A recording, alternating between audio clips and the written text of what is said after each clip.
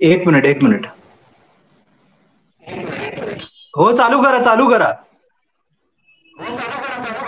Okay. सर्वप्रथम सर्वांना जय रोहिदास. आपण आज भारतीय चर्मकार समाज मुंबई महाराष्ट्र या स्टुडिओमध्ये आहोत.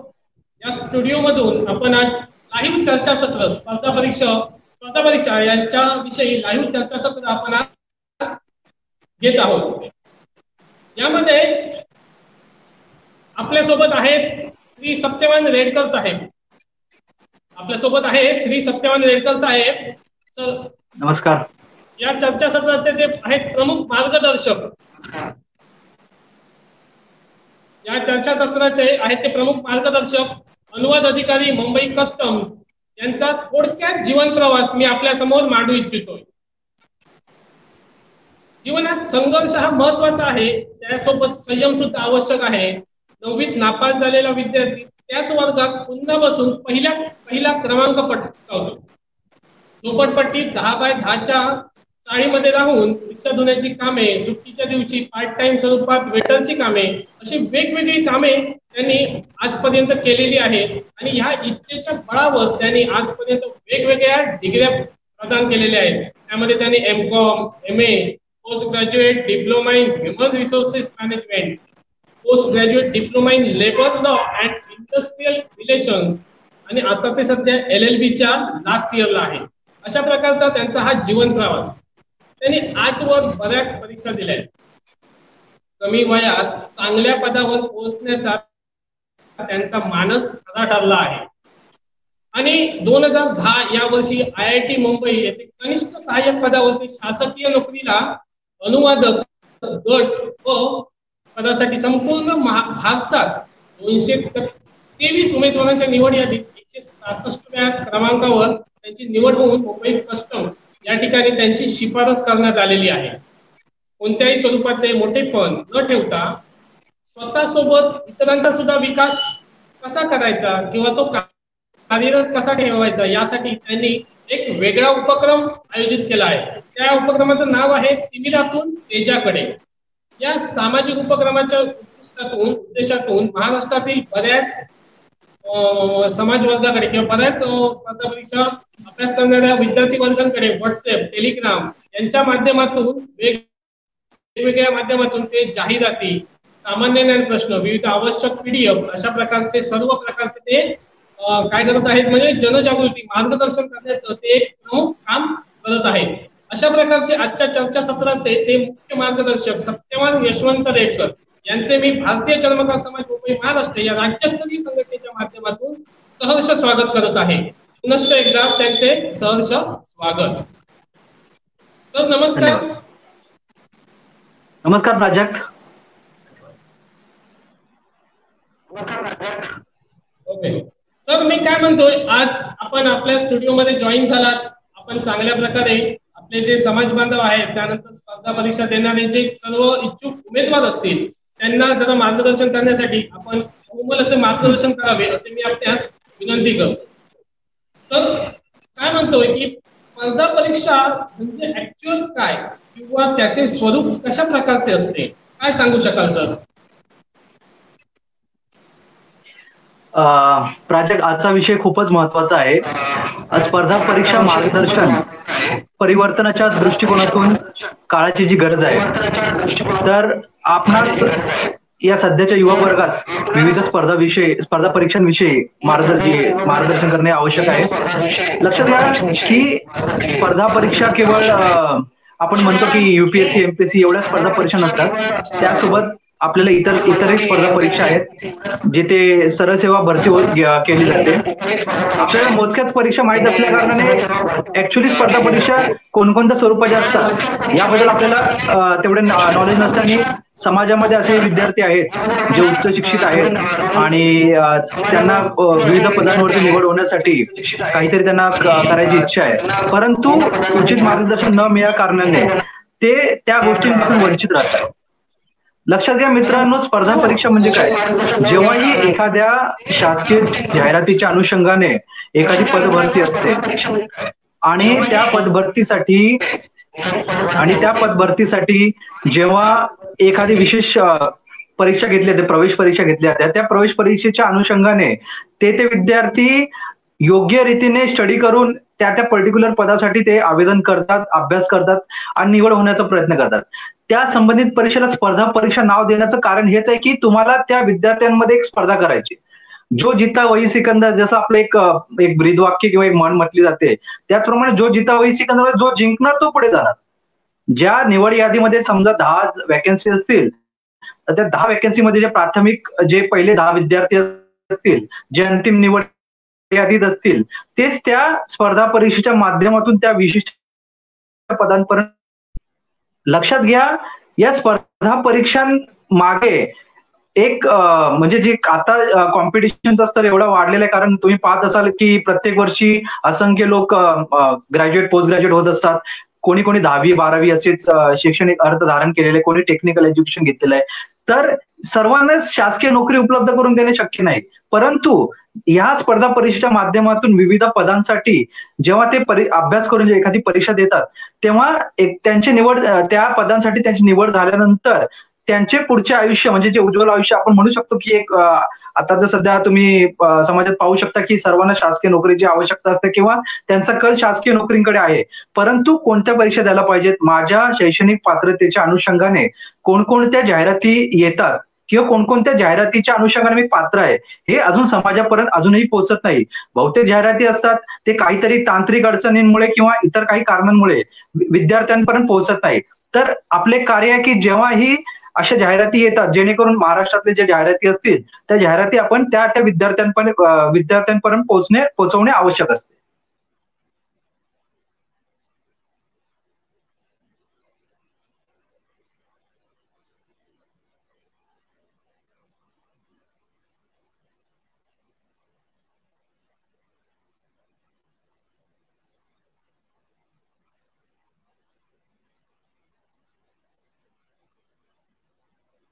प्राजक्त, आपला आवाज म्यूट आहे, मला ऐकू येत नाही.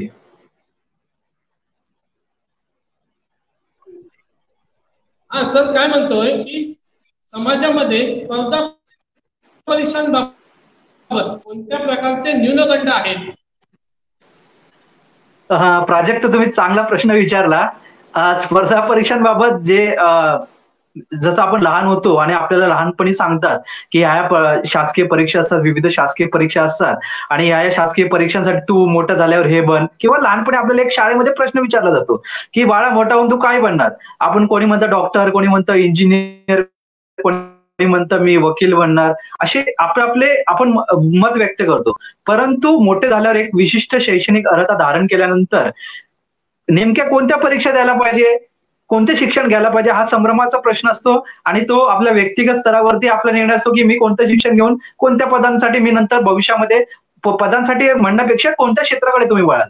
एक वेगवेगळे जे रोजगाराचं माध्यम आहे, शासकीय तुम्ही पदावरती पोहोचू शकता, प्रायव्हेट नोकरी, खासगी नोकरीमध्ये पण तुम्ही नोकरी मिळू शकता, तुम्ही स्वतःचा व्यवसाय सुरू करू शकता. ते तुमच्या वैयक्तिक अवलंबून आहे की तुम्ही नंतर कोणता मार्ग अवलंबता. आता न्यूनगंडाचा विषय जो आला, लक्षात घ्या, मी मगाशी जे म्हणालो स्पर्धा परीक्षा म्हणजे तुम्हाला स्पर्धा करायची. आता सपोज 10 वॅकन्सी आहे, लाख लोक अप्लाय करणार, पण त्या 10 विद्यार्थ्यांना जे निवड येणार ते तर त्या क्रमवारीत आल्यानंतर त्यांची निवड होणार. परंतु समाजामध्ये जो न्यूनगंड आहे अजूनही की स्पर्धा परीक्षांसाठी 12-12 तास 14 तास अभ्यास करावा लागतो, त्याच्यानंतर महागडी पुस्तकं विकत घ्यावी लागतात, स्पर्धा परीक्षेसाठी क्लास लावणे अनिवार्य आहे, त्यानंतर आपल्याला तिथे ओळखीची आवश्यकता असते, रेफरन्सची आवश्यकता असते. असं काही नाही. आता तुम्ही पाहत असाल बहुतेक वॅकन्सी निघतात, आता तर बहुतेक ऑनलाईन परीक्षा झाल्या, ऑनलाईन परीक्षेनंतर डिस्क्रिप्टिव्ह विविध चरण असतात स्पर्धा परीक्षांचे, प्राथमिक, द्वितीय चरण, नंतर इंटरव्ह्यू वगैरे असा प्रकार असतो. कधी कधी स्किल टेस्ट असते किंवा डिस्क्रिप्टिव्ह पेपर असतो. तर हे जे समाजामध्ये न्यूनगंड आहेत की फक्त वशिलेबाजी लावून सरकारी नोकरी मिळवता येते, भरपूर अभ्यास केला तरच मिळवता येते, मग मी एव्हरेज स्टुडंट आहे तर मी गणितामध्ये मी प्रभुत्व, म्हणजे गणितावरती माझं प्रभुत्व नाही तर मी कसं स्पर्धा परीक्षा पास होऊ शकतो, किंवा माझ्याकडे जनरल नॉलेज तेवढं नाही आहे, मी गरीब कुटुंबामधलं, असे बहुतेक कारण जे समाजामध्ये आहेत त्या कारणांवर आपल्याला मात करून त्या स्पर्धा परीक्षेच्या माध्यमातून आपल्याला करिअर घडवण्यासाठी विचार करायला पाहिजे. लक्षात घ्या प्राजक्त की आपली विचाराची जी क्षमता आहे ती आपण जर त्याचा विस्तार जर केला तर स्पर्धा परीक्षेचे जे आपले हा जो मार्ग आहे किंवा हे जे सेक्टर आहे याच्यामध्ये आपल्या महाराष्ट्रातील मुलं, मी तर महाराष्ट्रातच म्हणतो कारण विविध प्रवर्गातील मुलं असतात, सगळ्यांना नोकरीची आवश्यकता असते. तुम्ही तुम्ही तुमच्या शैक्षणिक अर्हतेप्रमाणे तुम्ही अर्ज करा, अभ्यास करा आणि कोणत्या ना कोणत्या पदांवरती निवड होण्याचा प्रयत्न करा. लक्षात ठेवा, तुम्ही एका कोणत्या परीक्षेसाठी प्राथमिकता नका देऊ की मी फक्त एमपीएससी देणार, मी फक्त युपीएससी देणार, मी अमकी परीक्षा देणार, मी तमकी परीक्षा देणार. ज्या ज्या पदासाठी तुम्ही एलिजिबल आहात त्या सर्व परीक्षा तुम्हाला द्यायला पाहिजे. आणि लक्षात घ्या की मेन गोष्ट जाहिराती जास्तीत जास्त विद्यार्थ्यांपर्यंत पोहोचणे अजूनही आवश्यक आहे, कारण जाहिराती त्यांना प्राप्त न होत असल्या कारणाने. आता लक्षात घ्या, बुक स्टॉल असतात तिथे जाहिराती असतात, लोकांना वेळ असेल तर त्या बुक स्टॉलवर जातील, जाहिराती पाहतील, वेबसाईटवरती पण जाहिराती उपलब्ध असतात. परंतु त्या जाहिराती जर विद्यार्थ्यांना एका निश्चित अवधीपर्यंत जर पोहोचल्या तर त्या जाहिरातीच्या अनुषंगाने मुलं त्यात इंटरेस्ट घेऊन हे करतील. आणि दुसरी गोष्ट, जनजागृती करणं पहिलं महत्वाचं आहे. आपण एक पालक या नात्याने आणि विद्यार्थी किंवा आणि आपण सामाजिक कार्यकर्ता या नात्यानेच प्रत्येक विद्यार्थ्याला आपण एक जनजागृती करणं आवश्यक आहे की you can do it, nothing is impossible in this world. म्हणजे या जगात काही अशक्य नाही. जर तुम्ही प्रयत्न केले तर तुम्ही कोणत्याही पदांवर जाऊ शकता, कोणतेही तुम्ही मार्ग निवडू शकता, तुम्हाला बहुतेक पर्याय उपलब्ध आहे. परंतु जीवनामध्ये शिक्षणासोबत करिअर पण महत्वाचं आहे. जरी विद्यार्थी 10वी नापास असेल, 12वी पास असेल, नापास असेल, तरी त्या विद्यार्थ्याला करिअरच्या दृष्टिकोनातून पुढे जाणं आवश्यक आहे. एक स्पर्धा परीक्षेच्या माध्यमातून, जर माझ्या उपक्रमाच्या माध्यमातून किंवा माझ्या मार्गदर्शनाच्या माध्यमातून एक व्यक्ती शिपाई जरी बनला तरी तो माझ्यासाठी एक मोठा अधिकारी बनल्यासारखा असं मला वाटतं.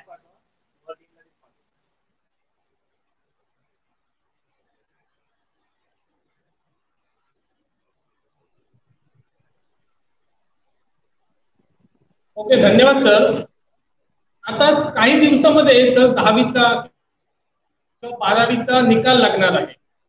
10वी-12वीच्या मुलांच्या परीक्षा झालेल्या आहेत.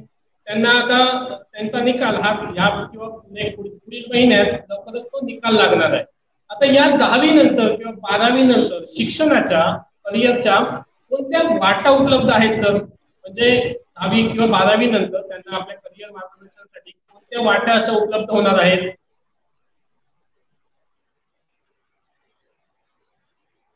प्राजक्त, तुमचा प्रश्न तुम्ही एकदा पुन्हा रिपीट करा.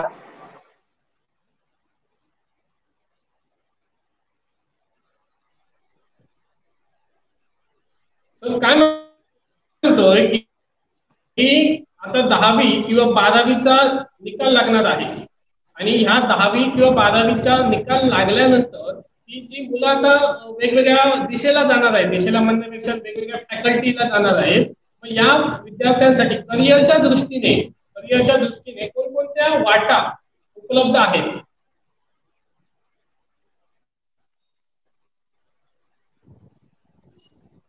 प्राजक्त, काही तांत्रिक कारणांमुळे मला तुमचा आवाज स्पष्ट ऐकू येत नाही. व्हॉइस ब्रेक होतो त्याच्यामध्ये.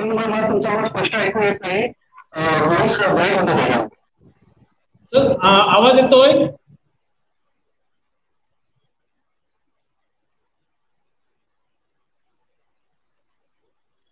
सर आवाज येतोय का?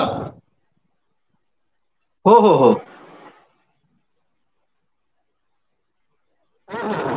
हा सर, माझा पुढील प्रश्न काय आहे की आता लवकरच 10वी-12वीचा निकाल लागणार आहे आणि हा निकाल लागल्यावर मुलांना त्यांच्या करिअरच्या वाटा अशा कोणत्या आहेत किंवा कोणत्या वाटा उपलब्ध होऊ शकतात 10वी-12वी, किंवा त्यांनी कोणत्या मार्गाने जावं?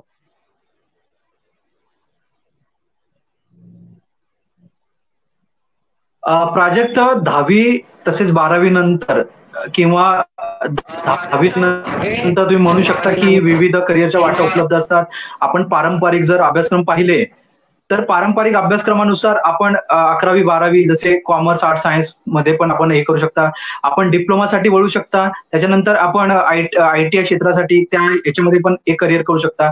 पॅरामेडिकल साठी पण भरपूर कोर्सेस अवेलेबल आहेत ज्याच्यामध्ये टेक्निशियन वगैरे पदासाठी जो कोर्स असला जातो 6 महिन्याचा 1 वर्षाचा जे काही कोर्स असेल.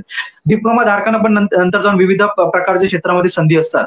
आणि 12वी झाल्यानंतर जर विद्यार्थी 12वी सायन्स असेल तर 12वी सायन्स नंतर त्याला नीटची परीक्षा देऊन, JEE वगैरे अशा परीक्षा देऊन त्याला इंजिनिअरिंग किंवा मेडिकल क्षेत्रासाठी सुद्धा जाता येतं. त्याच्यानंतर जे आपण आता पाहत असाल सेल्फ फायनान्स कोर्स ज्याला म्हटलं जातं, जे banking and accounting and finance असे विविध सेल्फ फायनान्स कोर्स आहेत. तर सेल्फ फायनान्स कोर्ससाठी पण 12वी नंतर वगैरे जाता येतं. ज्या विद्यार्थ्यांनी 12वीला सायन्स विषय निवडला असेल, परंतु त्यांना वाटतं की अरे बापरे, आता मला पुढचं शिक्षण जमणार नाही किंवा मला पुढचा अभ्यासक्रम मला होणार नाही, तर तो विद्यार्थी सायन्स नंतर तो आपली फॅकल्टी चेंज करू शकतो. आर्ट्सला जाऊ शकतो, कॉमर्सला जाऊ शकतो. लक्षात घ्या, आपल्या इथे काय होतं की आर्ट्सला व्यक्ती गेला म्हणजे त्यांनी काहीतरी महापाप केल्यासारखं असं होतं. लक्षात घ्या, प्राजक्त आर्ट क्षेत्रात सुद्धाही भरपूर शासकीय संधी उपलब्ध असतात, जे अजूनही आपल्या विद्यार्थ्यांना माहित नाही.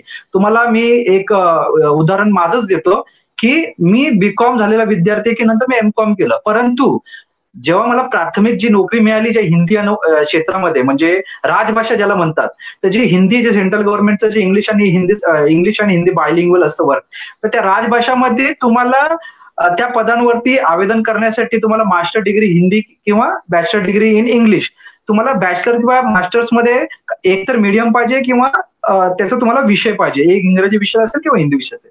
तर मला सांगा, आर्ट्सचा विद्यार्थी जर गट अधिकारी पदावरती स्टाफ सिलेक्शन कमिशनची परीक्षा पोहोचू शकतो, तर मग आर्ट्स, आमच्या इथे जो न्यूनगंड अजूनही समाजामध्ये आहे, अरे त्याने काय केलंय, त्याने आर्ट्स केलंय, त्याने काय केलंय, त्याने आर्ट्स केलंय, जे म्हणजे जे आशा उडवल्या जातात लोकांकडून, अजूनही लोकांना त्याबद्दल अवेअरनेस नाही की संबंधित क्षेत्रामध्ये सुद्धा ही करिअरच्या संधी उपलब्ध आहे. इकॉनॉमिक्स साठी पण करिअरच्या संधी उपलब्ध आहेत त्याच्यामध्ये. तर लक्षात घ्या, 10वी किंवा 12वी नंतर हे इंडिव्हिज्युअली विद्यार्थ्यांवरती आणि त्यांच्या पालकांवरती अवलंबून आहे की त्यांनी पुढे जाऊन कोणत्या प्रकारच्या म्हणजे फील्डकडे वळायला पाहिजे. तो त्यांचा वैयक्तिक निर्णय, आपण तिथे मार्गदर्शन देऊ शकत नाही. लक्षात घ्या, प्राजक्त दूरदृष्टिकोनपणा महत्वाचा आहे. एकेकाळी MBAचं महत्व, एकेकाळी इंजिनिअरिंगचं महत्व आणि त्यांच्या रोजगाराची उपलब्धता, त्या तुम्ही सर्वेक्षण पाहू शकता की पर्टिक्युलरली एज्युकेशन घेतल्यानंतर त्याच्या अनुषंगाने आपल्याला त्या रोजगाराची संधी उपलब्ध होईलच, असं आपल्याला म्हणजे गॅरंटी देऊ शकत नाही त्याबद्दल. परंतु आपण एका वेने जर केलं की ठीक आहे, मी काही शिक्षण घेतल्यानंतर उद्या जाऊन मी कोणत्या नाही कोणत्या पदांवरती किंवा शासकीय स्पर्धा परीक्षांसाठी आपलं मार्गदर्शन आहे, तर शासकीय परीक्षा मी विविध देणार. इंजिनिअरिंगचा विद्यार्थी इंडियन इंजिनिअरिंग सर्व्हिसेसच्या परीक्षा देऊ शकतो, सिव्हिल सर्व्हिसेसच्या परीक्षा देऊ शकतो. त्याच्यानंतर MPSC मध्ये पण अभियांत्रिकी सेवा परीक्षा असतात, स्टाफ सिलेक्शन कमिशन मार्फत पण वेगवेगळ्या परीक्षा असतात. आजच्या तारखेमध्ये बहुतेक ऍडमिनिस्ट्रेटिव्ह पोस्टवरती इंजिनिअरिंग व्यक्ती निवड झालेला पाहायला मिळतो आपल्याला. तर लक्षात ठेवा, आपल्याला करिअरच्या संधी बहुतेक उपलब्ध आहे, परंतु नेमका कोणकोणत्या परीक्षा द्यायला पाहिजेत. आणि लक्षात ठेवा, आपल्या इथे काय होतं विद्यार्थ्यांमध्ये, मी जर मुंबईमध्ये आहे, तुम्ही कुडाळ मधले आहे, सिंधुदुर्गामध्ये आहे, कोणी सातारामध्ये, नाशिकमध्ये आहे, तर त्या विद्यार्थ्यांना क्षेत्रांतर्गत ज्या जाहिराती असतात त्यांच्याबद्दल ओढ असते. कोणी मला विचारतात फोन करून, सर सिंधुदुर्ग जिल्ह्यात झेडपीच्या जागा निघाल्या तर सांगा. अरे परंतु झेडपीच्या जागा जर नाही निघाल्या तरी इतरही ज्या पोस्ट निघतात त्यासाठी तुम्ही आवेदन करा. लक्षात ठेवा, मी सगळ्यांना सांगतो, मी तुम्हालाही इथे मार्गदर्शनचं शिबिर आहे, मी सगळ्यांना सांगू इच्छितो, जेव्हा आपण लहानपणी एक प्रतिज्ञा घेतो, India is my country, Bharat माझा देश आहे, आणि प्रत्येक जाहिरातीमध्ये सेंट्रल गव्हर्नमेंटच्या बाकी जे उपक्रम वगैरे त्याच्यामध्ये नमूद केलं असतं, all Indian nationals can apply, they each and every Indian nationals can apply, we are also Indian nationals. आपणही भारताचे नागरिक आहात. आपण जरी महाराष्ट्रात असलो, आपण राज्य शासनाच्या विविध परीक्षा देऊ शकता, कारण तिथे तर डोमिसाईलचे क्रायटेरिया असते. परंतु ज्या सेंट्रल गव्हर्नमेंटच्या परीक्षा आहेत, बँकेच्या परीक्षा आहेत, विविध सार्वजनिक उपक्रम ह्या परीक्षा आहेत, तिथेही इच and every Indian nationals can apply. तिथे आपणही अप्लाय करू शकतो. आणि जर आपण आपल्या सीमांतर्गत जे आपले आहेत, जे आपले विचार आहेत, जे सीमांतर्गतच्या पलीकडे जर नेले, तर आपण बोलतात ना त्याला, तुम्ही एक कविता किंवा ते वाचलं असेल, दिल्लीचेही तख्त राखतो महाराष्ट्र माझा. तर महाराष्ट्राचा व्यक्ती किंवा महाराष्ट्राचा उमेदवार देशांतर्गत किंवा ज्याही परीक्षा असतील त्या परीक्षांमध्ये तो देऊन कोणत्याही पदांपर्यंत पोहोचू शकतो, विविध पदांपर्यंत पोहोचू शकतो. गट ड, गट क, गट ब, गट अ अशा विविध प्रकारच्या परीक्षा आहेत. परंतु केवळ आपण 1-2 परीक्षांवरती जर फोकस केला तर आपलं ते करिअरच्या जे विचारांचं जे हे आहे ना, ते विस्तार होत नाही. उद्या जाऊन चांगल्या पदांवरती पोहोचायचं, आपल्याला एक विशिष्ट वयोमर्यादा असते, त्या मर्यादेमध्ये आपल्याला त्या परीक्षा द्यायच्या आहेत, अभ्यास करायचे. पहिली गोष्ट, आपली विचारांची कक्षा रुंदावली पाहिजे. आणि जे न्यूनगंड आहेत आपल्या, अजूनही डोक्यामध्ये न्यूनगंड आहेत, मार्गदर्शनासाठी मी नेहमी तत्पर असतो. एकुलता एक माझा व्हॉट्सअप नंबर आहे, माझा उपक्रम सर्वांसाठी खुला असतो, कोणीही या कोणीही जा, मी मार्गदर्शन करण्यासाठी नेहमी तत्पर असतो. वेळात वेळ मी काढून मार्गदर्शन करतो. लोक म्हणतात आमच्याकडे वेळ नाही, माझ्याकडे तर वेळ आहे, कारण का मी वेळ काढतो. आणि विद्यार्थ्यांना पण त्यांच्या करिअरच्या दृष्टिकोनातून वेळ देणे गरजेचे आहे. मग ते अभ्यासासाठी असो, एखाद्याचे मार्गदर्शन ऐकण्यासाठी असो.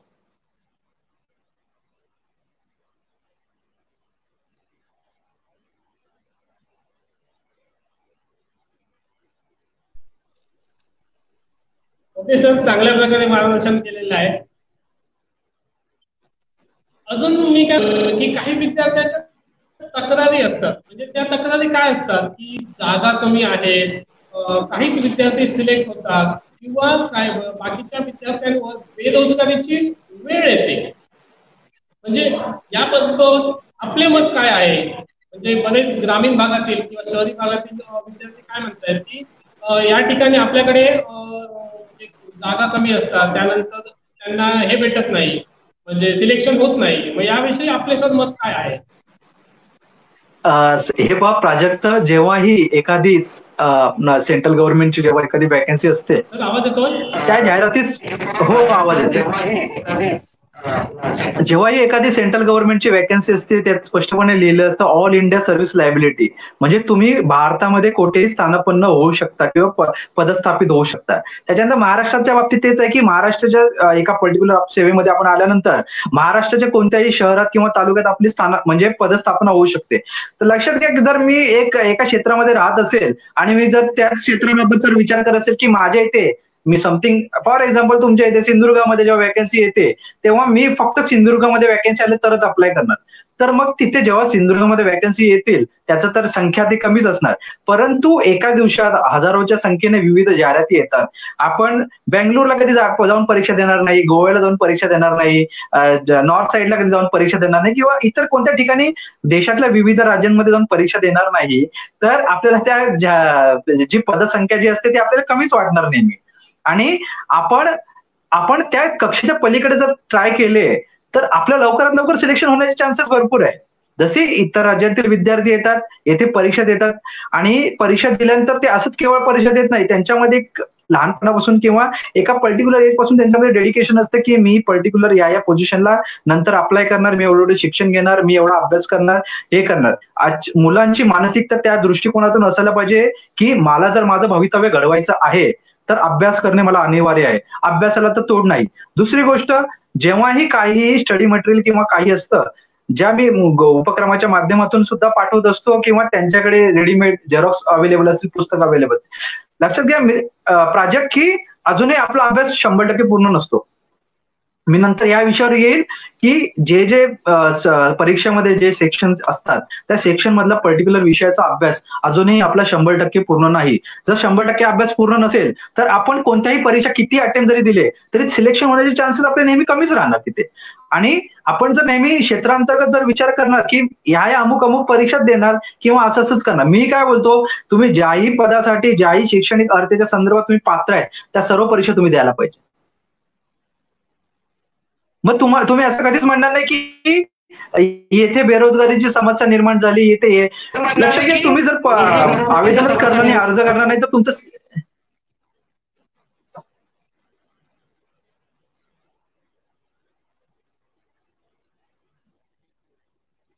जर आपण संबंधित पदांना जर आपण आवेदनच करणार नाही तर आपलं सिलेक्शन कसं होणार?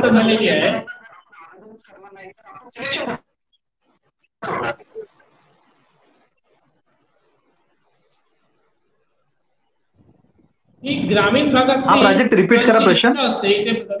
रतिलाल बनसोडे साहेबांनी आपल्याला एक कमेंट विचारलेली आहे कमेंटमध्ये की साहेब, ग्रामीण भागातील मुलांची इच्छा असते पण आर्थिक परिस्थिती नसते, याविषयी सर काय बोलू शकाल?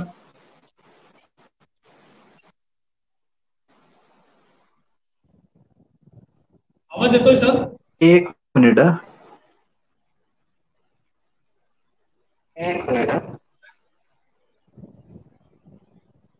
लक्षात घ्या, आता बार्टी संदर्भात मी सांगू इच्छितो की बार्टीने एमपीएससी साठी ऑनलाईन प्रशिक्षण जे ऑनलाईन कोचिंग क्लासेस सुरू केले आहेत. आपण barti.in या साईटवरती जाऊन म्हणजे या संकेतस्थळावर जाऊन आपण त्या एमपीएससी ऑनलाईन कोचिंग क्लासेस संदर्भात जे प्रवेश आहे त्याच्यासाठी नोंदणी करायची आपण ते करू शकता.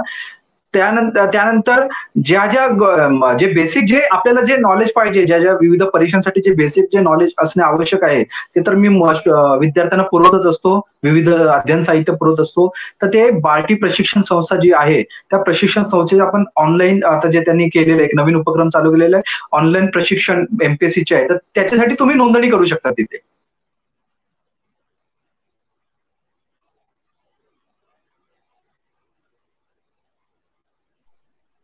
त्यानंतर सर अजून एक कमेंट प्राप्त झाली.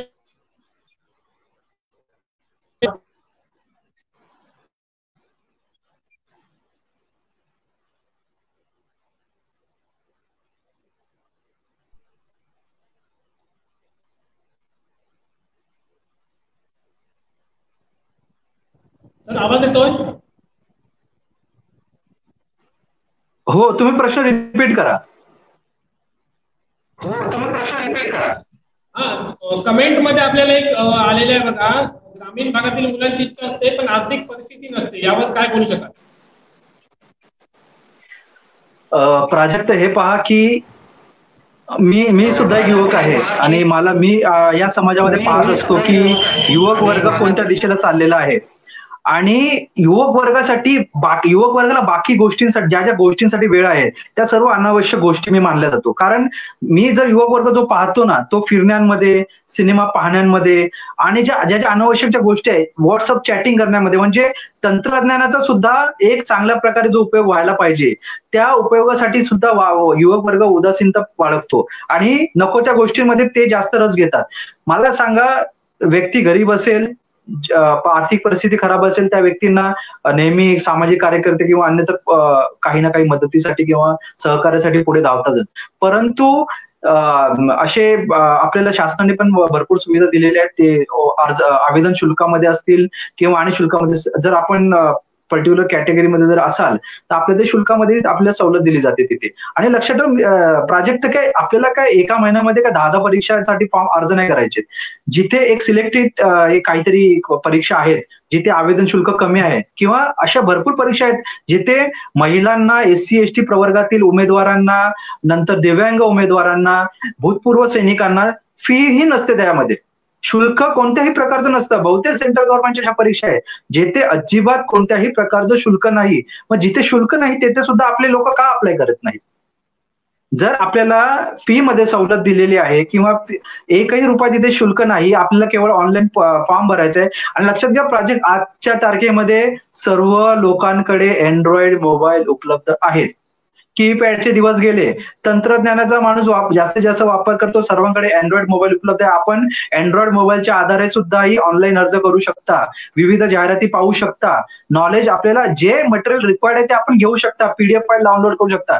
प्राजक्त, मला लोक मला सांगत असतात विविध, म्हणजे कधी ना कधी सांगत असतात तुमचे जे मेसेज असतात त्या मेसेजने आमचं समथिंग मोबाईल हँग होतो. मी त्यांना सांगू इच्छितो की असे अनावश्यक मेसेज जेव्हा विविध माध्यमातून आपल्यापर्यंत पोहोचतात किंवा जे एक प्रकारचे रुमर्स आहेत किंवा अनावश्यक गोष्टी आहेत, मी त्या मेसेजला किंवा त्या व्हिडिओजला मी महत्व सुद्धा देत नाही. परंतु त्या व्हिडिओजने किंवा त्या मेसेजने मोबाईल हँग होत नाही. परंतु माझी एक पर्टिक्युलरली गणिता संदर्भात एक मटेरियल असेल, इंग्रजी संदर्भात मटेरियल असेल, सामान्य ज्ञान संदर्भात मटेरियल असेल किंवा आणि काही मार्गदर्शक परक लेख असेल ज्याने व्यक्तिमत्वाचा विकास होतो आणि मानसिकता जी विद्यार्थ्यांची आहे, स्पर्धा परीक्षांसाठी जी जागरूकता आहे ती मी निर्माण करण्याचा प्रयत्न करतो. तर असे 100 मेसेज जरी तुम्हाला रोज मोबाईलवर उपलब्ध होत असतील तरी ते तुम्ही मेसेज पहा.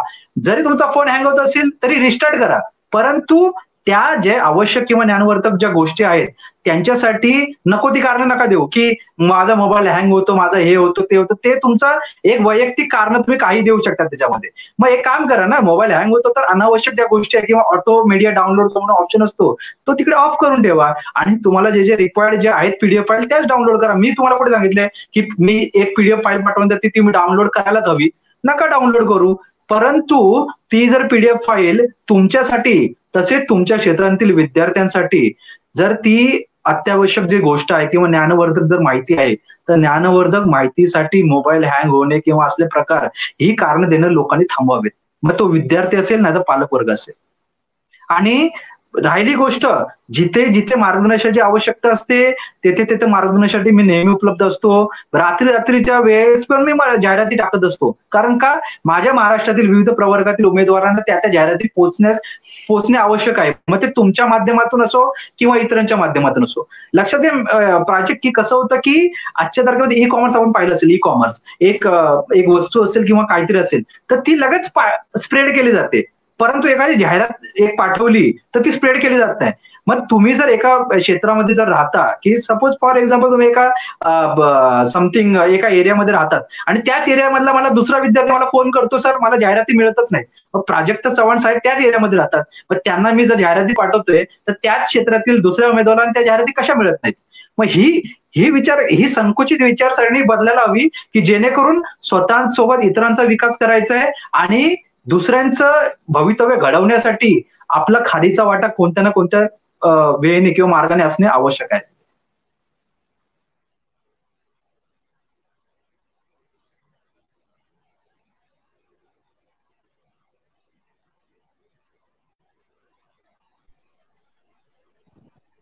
सर, अजून एक आपल्याला कमेंट आलेली आहे, त्यामध्ये ज्ञानदीप सांगेलकर की ही एमपीएससी किंवा यूपीएससीचा अभ्यास करण्यासाठी please guide about subject books required in exam. स्पर्धा परीक्षेचा अभ्यास करण्यासाठी आपण कोणकोणत्या पुस्तकं किंवा गाईड्स रेफर करू शकतो किंवा त्याबद्दल मार्गदर्शन व्हावं सर? लक्षात घ्या, पुन्हा मुद्दा आला एमपीएससी वरतीच, की एमपीएससी साठी संदर्भ पुस्तके का? इतर परीक्षांसाठी सुद्धा संदर्भ पुस्तके आवश्यक आहेत ना. की लक्षात घ्या की संदर्भ पुस्तकांपेक्षा तुमचं प्राथमिक माहिती किंवा प्राथमिक ज्ञान त्या संबंधित विषयामध्ये असणं आवश्यक आहे. आजच्या तारखेमध्ये पीडीएफ मधील किंवा तंत्रज्ञानाचा उपयोग करून तुम्ही लाखोच्या संख्येने पीडीएफ मटेरियल आपण डाउनलोड करू शकता. जे इतिहासाच्या बाबतीत असेल, सामान्य ज्ञानाच्या बाबतीत असेल, मराठीच्या बाबतीत असेल, इंग्रजीच्या बाबतीत असेल, गणिताच्या बाबतीत असेल. स्पर्धा परीक्षेचा अभ्यासक्रम काय असतो? चालू घडामोडी व सामान्य ज्ञान, गणित, इंग्रजी, तुमचं नंतर रिझनिंग, मराठी, हे जे सेक्शन पर्टिक्युलर जे स्टँडर्ड सिलेबस ज्याला म्हटलं जातं, की लक्षात घ्या प्राजक्त, पेपरचं स्वरूप जरी वेगळं असेल तरी म्हणजे कुठे कुठे 25 प्रश्न विचारले जातात, कुठे कुठे 30 प्रश्न विचारले जातात किंवा कुठे कुठे 50 प्रश्न विचारले जातात. पेपरचं स्वरूप जरी वेगळं असेल तरी अभ्यासक्रमाच्या दृष्टिकोनातून जर आपण पाहिलं तर बहुतेक परीक्षांसाठी सामान्य ज्ञान, चालू घडामोडी, गणित, इंग्रजी आणि रिझनिंग यासोबत कॉम्प्युटर नॉलेज, त्याच्यासोबत मराठीचं व्याकरण, जसं महाराष्ट्र शासनाच्या विविध पदांसाठी मराठी व्याकरणाचे प्रश्न विचारले जातात, तर मराठी व्याकरण हे जे स्टँडर्ड सिलेबस आहे याचाच अभ्यास अजून आपला पूर्ण आहे, तर आपण ऍडव्हान्स सिलेबस बद्दल काय विचार करणार? आणि मी तुम्हाला ह्याच्या पुढे जाऊन सांगू शकतो की हे जे 4 सेक्शन आपण त्या मुद्द्यावर येऊच नंतर, त्या 4 सेक्शनचा अभ्यास कशा प्रकारे करायला पाहिजे. तर या 4 सेक्शन मध्ये मला सांगा प्राजक्त, जर आपण एका सेक्शनसाठी 100% जर आपला अभ्यास नसेल, एक 60 ते 70% अभ्यास असेल, तर 30% अभ्यास नसल्या कारणाने आपल्याला उद्या जाऊन ते प्रश्न म्हणजे आपल्याला सोडवता येणार नाही किंवा ते ज्ञान अपूर्णच नॉलेज आहे. बघा, अपूर्ण नॉलेज कधी पण आपल्यासाठी घातक ठरू शकतं. ते स्पर्धा परीक्षेच्या बाबतीत असेल नाही तर कशाही बाबतीत असेल. आणि राहिली गोष्ट संदर्भ पुस्तकांची, की लक्षात घ्या, एक फॉर एक्झाम्पल मी तुम्हाला सांगतो, मराठी व्याकरण एक विषय, समजा मराठी व्याकरणचा एक विषय आहे, तर त्याच्यासाठी तुम्ही मला विचारणार कोणत्या लेखकाचं मराठी पुस्तक वाचायचं, व्याकरणचं पुस्तक वाचणं आवश्यक आहे. मला सांगा, 7वी ते 10वी पर्यंतचे जे आपलं मराठी व्याकरणची पुस्तक आहे तीच जर अजून वाचली नाही तर कोणत्या मोठ्या मोठ्या लेखकांनी पुस्तके वाचण्याची, म्हणजे ती आधी बेसिक गोष्टी वाचा आणि नंतर ऍडव्हान्स गोष्टी वाचा. आणि मराठी व्याकरण शेवटी लेखक काय, लेखकच असणार आणि व्याकरण तर सेमच असणार. तुम्ही लिहा काय मी लिहा.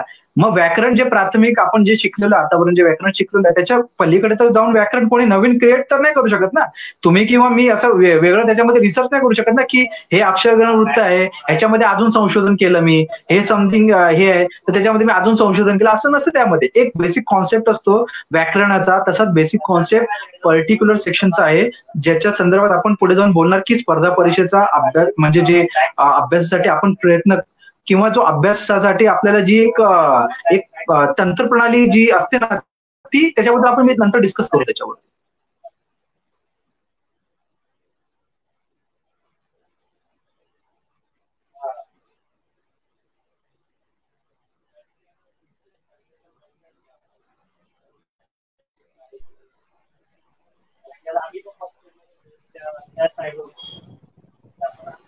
तर आता या परीक्षा स्पर्धा परीक्षेचा जो अभ्यास असतो हा थोडा काही लोकांचा किंवा काही स्पर्धा परीक्षा देणाऱ्या विद्यार्थ्यांच्या मनात एक न्यूनगंड झालेला असतो की खूप हाय लेवलच्या परीक्षा असतात किंवा त्यासाठी म्हणजे वेगवेगळे नवीन इंडिया मुंबई सारख्या मोठ्या क्लास लावले जातात लावण्याची आवश्यकता असते. या संदर्भात सर काय सांगू शकाल? लक्षात घ्या प्राजक्त, मी आतापर्यंत जेवढ्याही परीक्षा दिल्या अजूनही मी कोणत्याही स्पर्धा परीक्षेसाठी क्लास लावलेला नाही.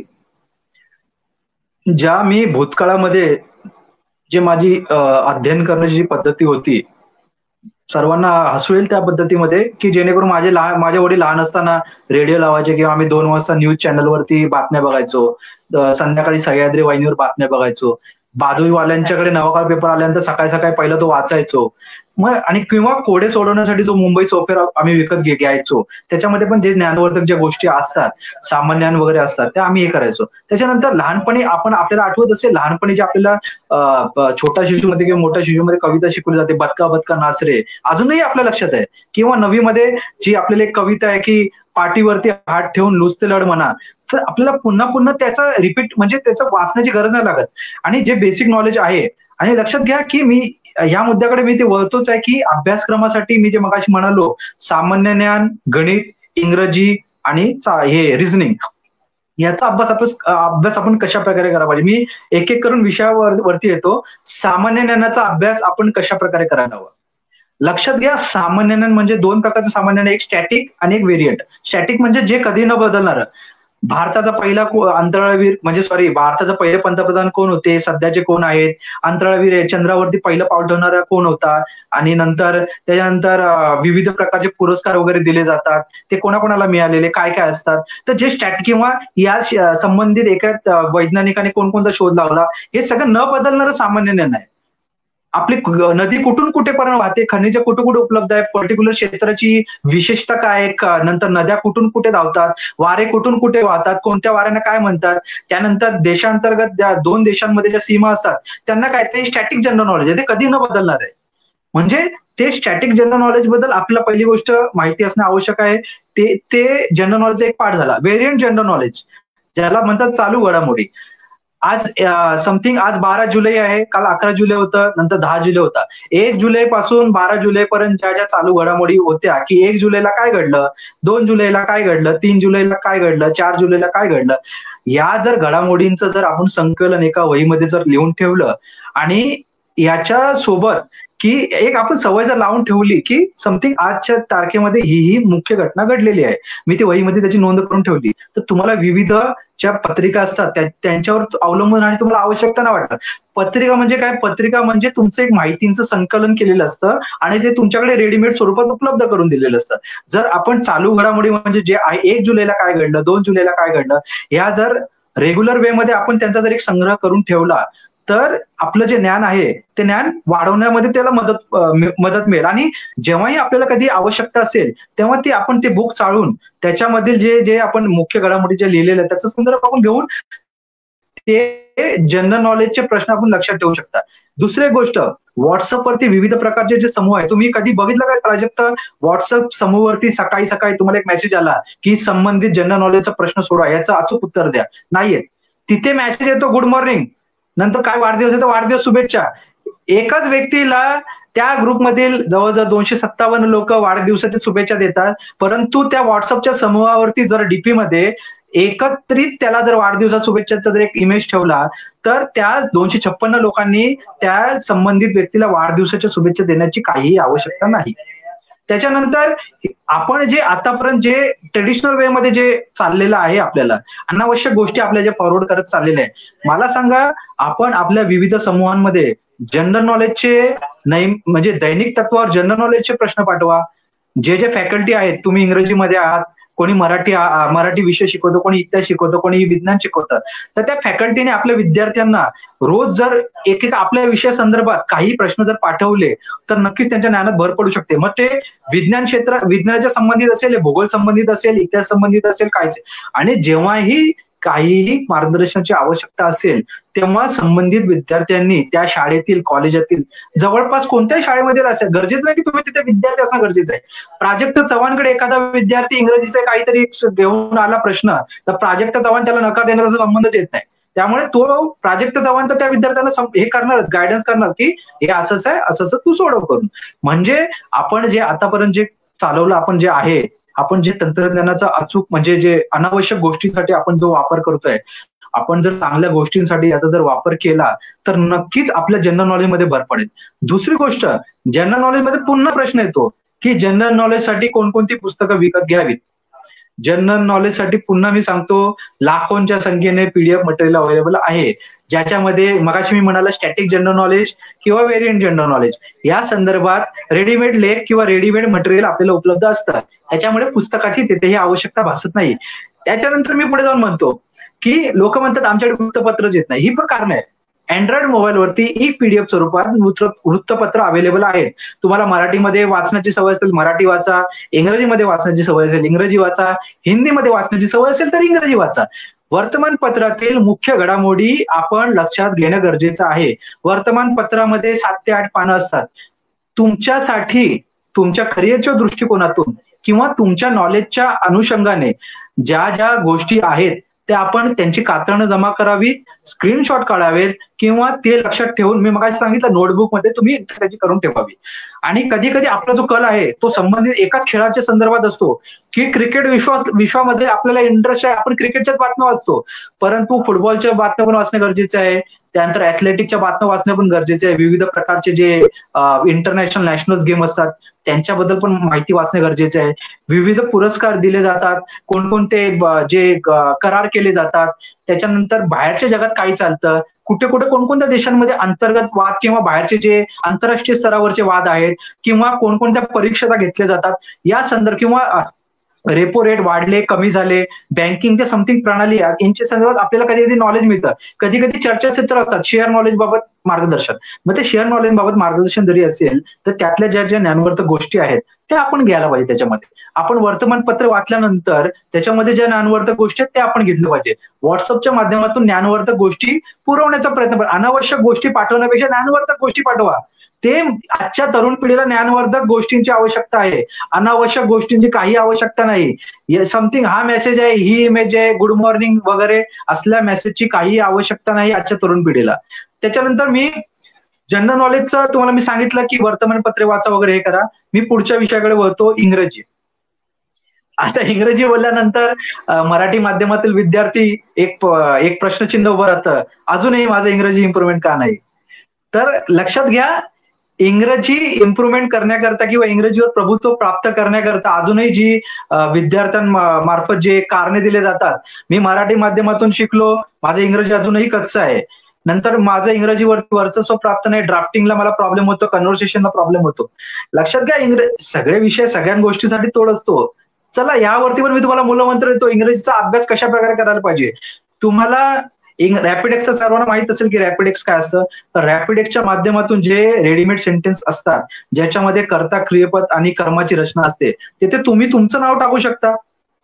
तुम्ही त्या कर्ता क्रियापदाची आणि कर्माची अदला बदली करून तिथे तुमचं, इतरांचं कोणाचंही नाव टाकू शकता. प्रोनाऊन्सिएशन महत्वाचं आहे.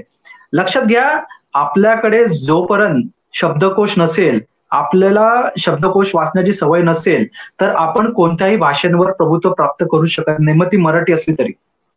बहुतेक लेखकांचे असे कादंबऱ्यामध्ये जे सेंटेन्स असतात ते वाचल्यानंतर संभ्रम पडतो, अरे बापरे काय लिहिले. इंग्रजी वाचल्यावर संभ्रम पडतो, अरे बापरे काय लिहिले करून. ज्या स्टाफ सिलेक्शन कमिशन मध्ये मल्टीटास्किंग स्टाफ पदासाठी जेव्हा एक ऑब्जेक्टिव्ह टाईप प्रश्न असते त्याच्यामध्ये एक सिनोनिम्स किंवा अँटोनिम्स प्रश्न विचारला होतो, तो प्रश्नचिन्ह पडतो, अरे खरोखर हा डिक्शनरीमध्ये वर्ड आहे की नाही, मला कधी शिकवलंच नाही सरांनी, माहितच नाही, अरे बापरे नवीन आहे माझ्यासाठी. तर हे असं संभ्रम पडतो मुलांना. आणि जी कारणं दिली जातात ना, जी माझं इंग्रजी अजूनही कच्चं आहे, त्याच्यासाठी तुम्ही रोज दैनिक तत्वावरती जर इंग्रजीचं एक पान जरी किंवा अर्ध पान जरी वाचले, काही शब्द जरी पाठांतर केलं, एका डिक्शनरीला 1200 पानं असतात. आजच्या तारखेमध्ये मी तुम्हाला 100% गॅरंटी देतो, बहुतेक लोकांकरता डिक्शनरी सुद्धा अवेलेबल नाहीत. कारण मी बहुतेक लोकांना फोन केला, त्यांना विचारतो डिक्शनरी कोणती आहे, नाही सर माझ्या डिक्शनरी नाही अजून, किंवा असते ऑक्सफोर्ड डिक्शनरी कधी वाचली, 11वी 12वीला असताना वाचली, नंतर काय केलं त्याशी धुळकात पडू नये.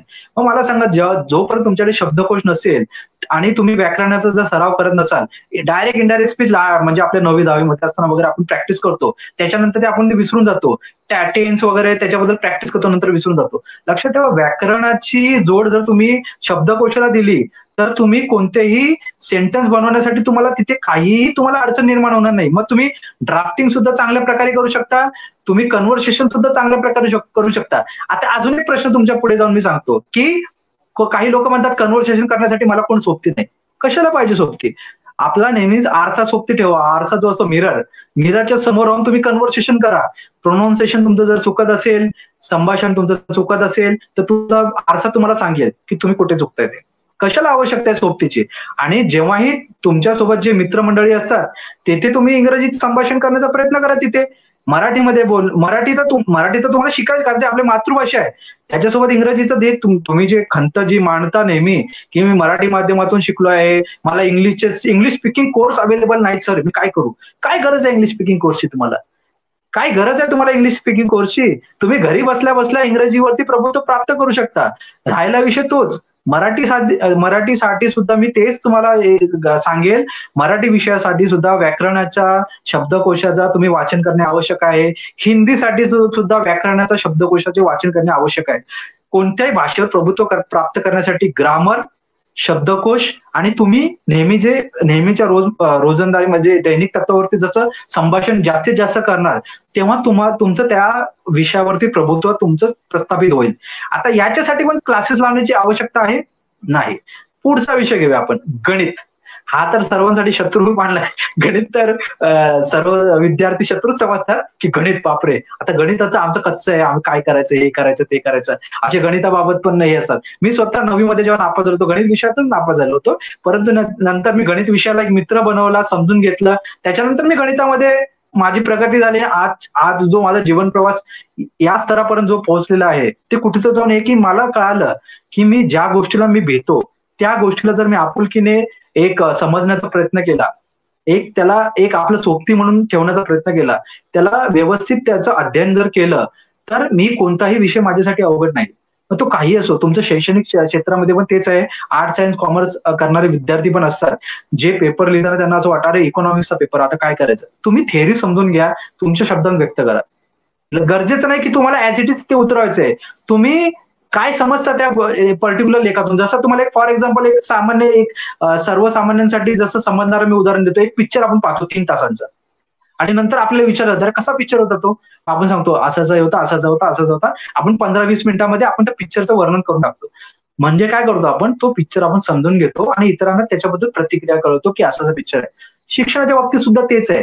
तुम्ही एक पान वाचल्यानंतर त्या एक पानाचं तुम्ही किती सारांश करतात किंवा किती विस्तारीकरण करतात हे तुमच्यावर. आणि हे बघा, हे शेवटी बुक मध्ये वाचून आणि प्रॅक्टिकल नॉलेज पण इम्पॉर्टंट आहे. तुम्ही समाजामध्ये विविध घडामोडी जर पाहत असाल, त्यांच्या संदर्भात बारकाईने निरीक्षण करण्याचा प्रयत्न करा. समाजशास्त्र म्हणजे काय, समाजामध्ये जे काही घडतं त्यांच्याबद्दलचं शास्त्र आहे. आता याच्यासाठी तुम्हाला विशेष पुस्तकांच्या माध्यमातून लिहिणं असं आवश्यक नसतं. समाजामध्ये तुम्हाला दिसतं ना डोळ्यांसमोर काय घडतंय काय नाही घडतंय, ते तुम्ही हे करा. शिक्षणाच्या बाबतीत तेच आहे की प्रत्येक विषय समजण्याचा प्रयत्न करा, आपल्या भाषेत व्यक्त करण्याचा प्रयत्न करा. जे गोष्टी बेसिक आहेत त्या बेसिक गोष्टी समजण्याचा प्रयत्न करा. गणित विषयाकडे आपण वळालेलो आहे की गणित विषयासाठी काय करायला पाहिजे. तर लक्षात घ्या प्राजक्त, बहुतेक लोकांना मी प्रश्न विचारतो, बहुतेक उच्च शिक्षित पण किती लोक आहेत त्यांना मी प्रश्न विचारतो, मित्रा तुझे पाढे कितीपर्यंत पाठ आहे? तर लगेच प्रश्नचिन्ह निर्माण होतो. आता काय सांगू, 15 पर्यंत सांगू, 20 पर्यंत सांगू की 11 पर्यंत सांगू? कारण काय होतं, एक स्टँडर्ड जो पाढेपाठांचा आपल्या लहानपणी जो असतो, 1ली-2री मध्ये असतो की 30 पर्यंत आपले पाढेपाठ असणे आवश्यक आहे. लक्षात ठेवा, पाढेपाठ असणं आवश्यक आहे की व्यवहाराचा भाग आहे. उद्या तुम्हाला देवाणघेवाण करायची आहे. बीकॉमचा विद्यार्थी आकडेमोड करणार आहे, जो सायन्सचा विद्यार्थी तिथे इक्वेशन सोडवणार आहे, गणिताचे प्रश्न सोडवणार आहे. तर तुम्हाला पाढेपाठांतर जर तुम्हाला असेल, जर 26 दुने 52 जे काही प्रकार आहे आणि मी 26 गुणिले 2 जर करत बसलो तर माझा कितीतरी वेळ त्याच्यामध्ये वेस्ट होतो की नाही त्याच्यामध्ये वेस्ट. तर काय होतं की पाढेपाठांतर पहिले आपण आवश्यक असणे गरजेचं आहे. त्याच्यानंतर चिन्हांचे नियम, वजा वजा काय असतं, अधिक अधिक काय असतं, वजा अधिक काय असतं, चिन्हांचे नियम असतात. त्याच्यानंतर गणिताचे विविध सूत्र असतात की चौरसाचे क्षेत्रफळ काय, वर्तुळाचे क्षेत्रफळ काय, आयताचे क्षेत्रफळ काय, ह्या जे स्टॅटिक जे गणिताचे जे सूत्र आहेत ते आपण कुठेतरी जाऊन 10वी नंतर विसरलेलो असतो. तर मला सांगा, आपण जर प्राथमिक जे आपले नॉलेज आहे गणिता संदर्भात ते जर आपण लक्षात जर ठेवलं नाही, तर उद्या जर आपल्याला गणिताचा जेव्हा सराव करायचा आहे, तर आपण त्या सरावामध्ये त्या पर्टिक्युलरली सूत्रांचा आपण अवलंब कसा करणार? आपल्या जर पाढेपाठांतर नसेल तर आपण तिथे कॅल्क्युलेशन साठी वेळ घालवत पण. लक्षात ठेवा, स्पर्धा परीक्षांमध्ये एवढा वेळ नसतो आपल्याला की तुम्हाला एक प्रश्न सोडवण्यासाठी तुम्हाला एक निश्चित अवधी दिला असतो. त्या निश्चित अवधीमध्ये तुम्हाला ते उचित पर्याय निवडावे लागतात त्याच्यामध्ये. आणि अजून एक लक्षात घ्या प्राजक्ता, वैदिक गणित म्हणून एक प्रकार आहे ज्यामध्ये गणिताच्या ज्या विविध क्लुप्त्या आहेत, शॉर्टकट्स मेथड आहेत, त्या वैदिक गणित पण त्या वैदिक गणिताच्या पीडीएफचा आपण वापर करून किंवा वाचून आपण गणिताचे विविध जे प्रश्न असतात ते लवकरात लवकर आपण तिथे सोडू शकतो. तर प्राजक्त लक्षात घ्या की गणिता संदर्भात मी आपल्याला सांगितलं की असं आपल्याला गणितामध्ये प्रभुत्व प्राप्त होण्यासाठी या गोष्टी करणे आवश्यक आहे. त्याच्यानंतर टेक्नॉलॉजीच्या माध्यमातून आपण गणितशास्त्र शिकू शकता तिथे. तर लक्षात घ्या प्राजक्त की युट्यूबवरती गणिताचे विविध म्हणजे जे तज्ञ आहेत ते आपल्याला गणित सोडून दाखवत असतात. तुम्हाला कोणत्या क्लासेसमध्ये जाण्याची आवश्यकता नाही. असं समजा की युट्यूबवरती तुम्ही एखाद्या क्लासेस अटेंड करता, तर समोरचा जो व्यक्ती जो आहे तज्ञ तो आपल्याला शिकवतोय की कशा प्रकारे हा संबंधित गणिताचा प्रश्न मी सोडवतोय, तू फक्त लक्षात घे, तुम्ही फक्त ती ट्रिक समजून घ्या, तो कशा प्रकारे सोडवतोय, त्याच्यात कोणत्या शॉर्टकट्स मेथडचा युज करतोय, तुमचं सध्याला गणिताचे कोणकोणते प्रश्न विचारले जातात. शाब्दिक आणि सांख्यिक 2 प्रकारचे प्रश्न विविध स्पर्धा परीक्षांमध्ये विचारले जातात. तर त्याचे पेपर तुम्ही जर कधी परीक्षा दिल्या किंवा पेपर पॅटर्न जर बघितला तर तुम्हाला त्यांच्या प्रकाराबद्दल तुम्हाला कळेल की संबंधित प्रकार काय असतो. आता गणिताच्या नंतर जाऊन एक बुद्धिमत्ता चाचणी असतो. बुद्धिमत्ता चाचणी म्हणजे जास्त त्याच्यामध्ये डिफिकल्ट नसतं, ऑड मेन ऑड आउट असतं. एक तुम्हाला सेंटेन्स त्याच्यामध्ये एक दिलेलं असतं की समथिंग तुम्ही हे एका वर्तुळामध्ये 5 लोक जर बसलेले आहेत टेबलला 5 लोक बसलेले आहे, एच्या बाजूला बी नाही, बीच्या बाजूला सी नाही, किंवा हा बी जो आहे तो इंजिनियर आहे, सी तो आहे, समथिंग असं एक बुद्धिमत्ता चाचणी जी असते. तर ती बुद्धिमत्ता चाचणी जोपर्यंत तुम्ही ते सराव करत नाही तोपर्यंत बुद्धिमत्ता चाचणीचा तुम्ही योग्य प्रकारे जे स्पर्धा परीक्षा दृष्टिकोनातून जो अभ्यास असतो तो तुम्ही नाही करू शकत. तर लक्षात घ्या प्राजक्त, आपण 4 विषयांवरती आलो. त्याच्यानंतर राहिलं कम्प्युटर नॉलेज. तर लक्षात घ्या प्राजक्त, राज्य शासनाच्या जेव्हाही परीक्षा असतात तेव्हा म्हणजे टायपिंगच्या ज्या टायपिस्ट वगैरे किंवा क्लर्क पदासाठी जेव्हा परीक्षा असतात तेव्हा MSCIT त्याच्यासोबत मराठी 30 वर्ड पर मिनिट, इंग्रजी 40 वर्ड पर मिनिट, प्रमाणपत्र बोलतोय, तुमचं स्पीड नाही बोलत, प्रमाणपत्र असणे आवश्यक असते.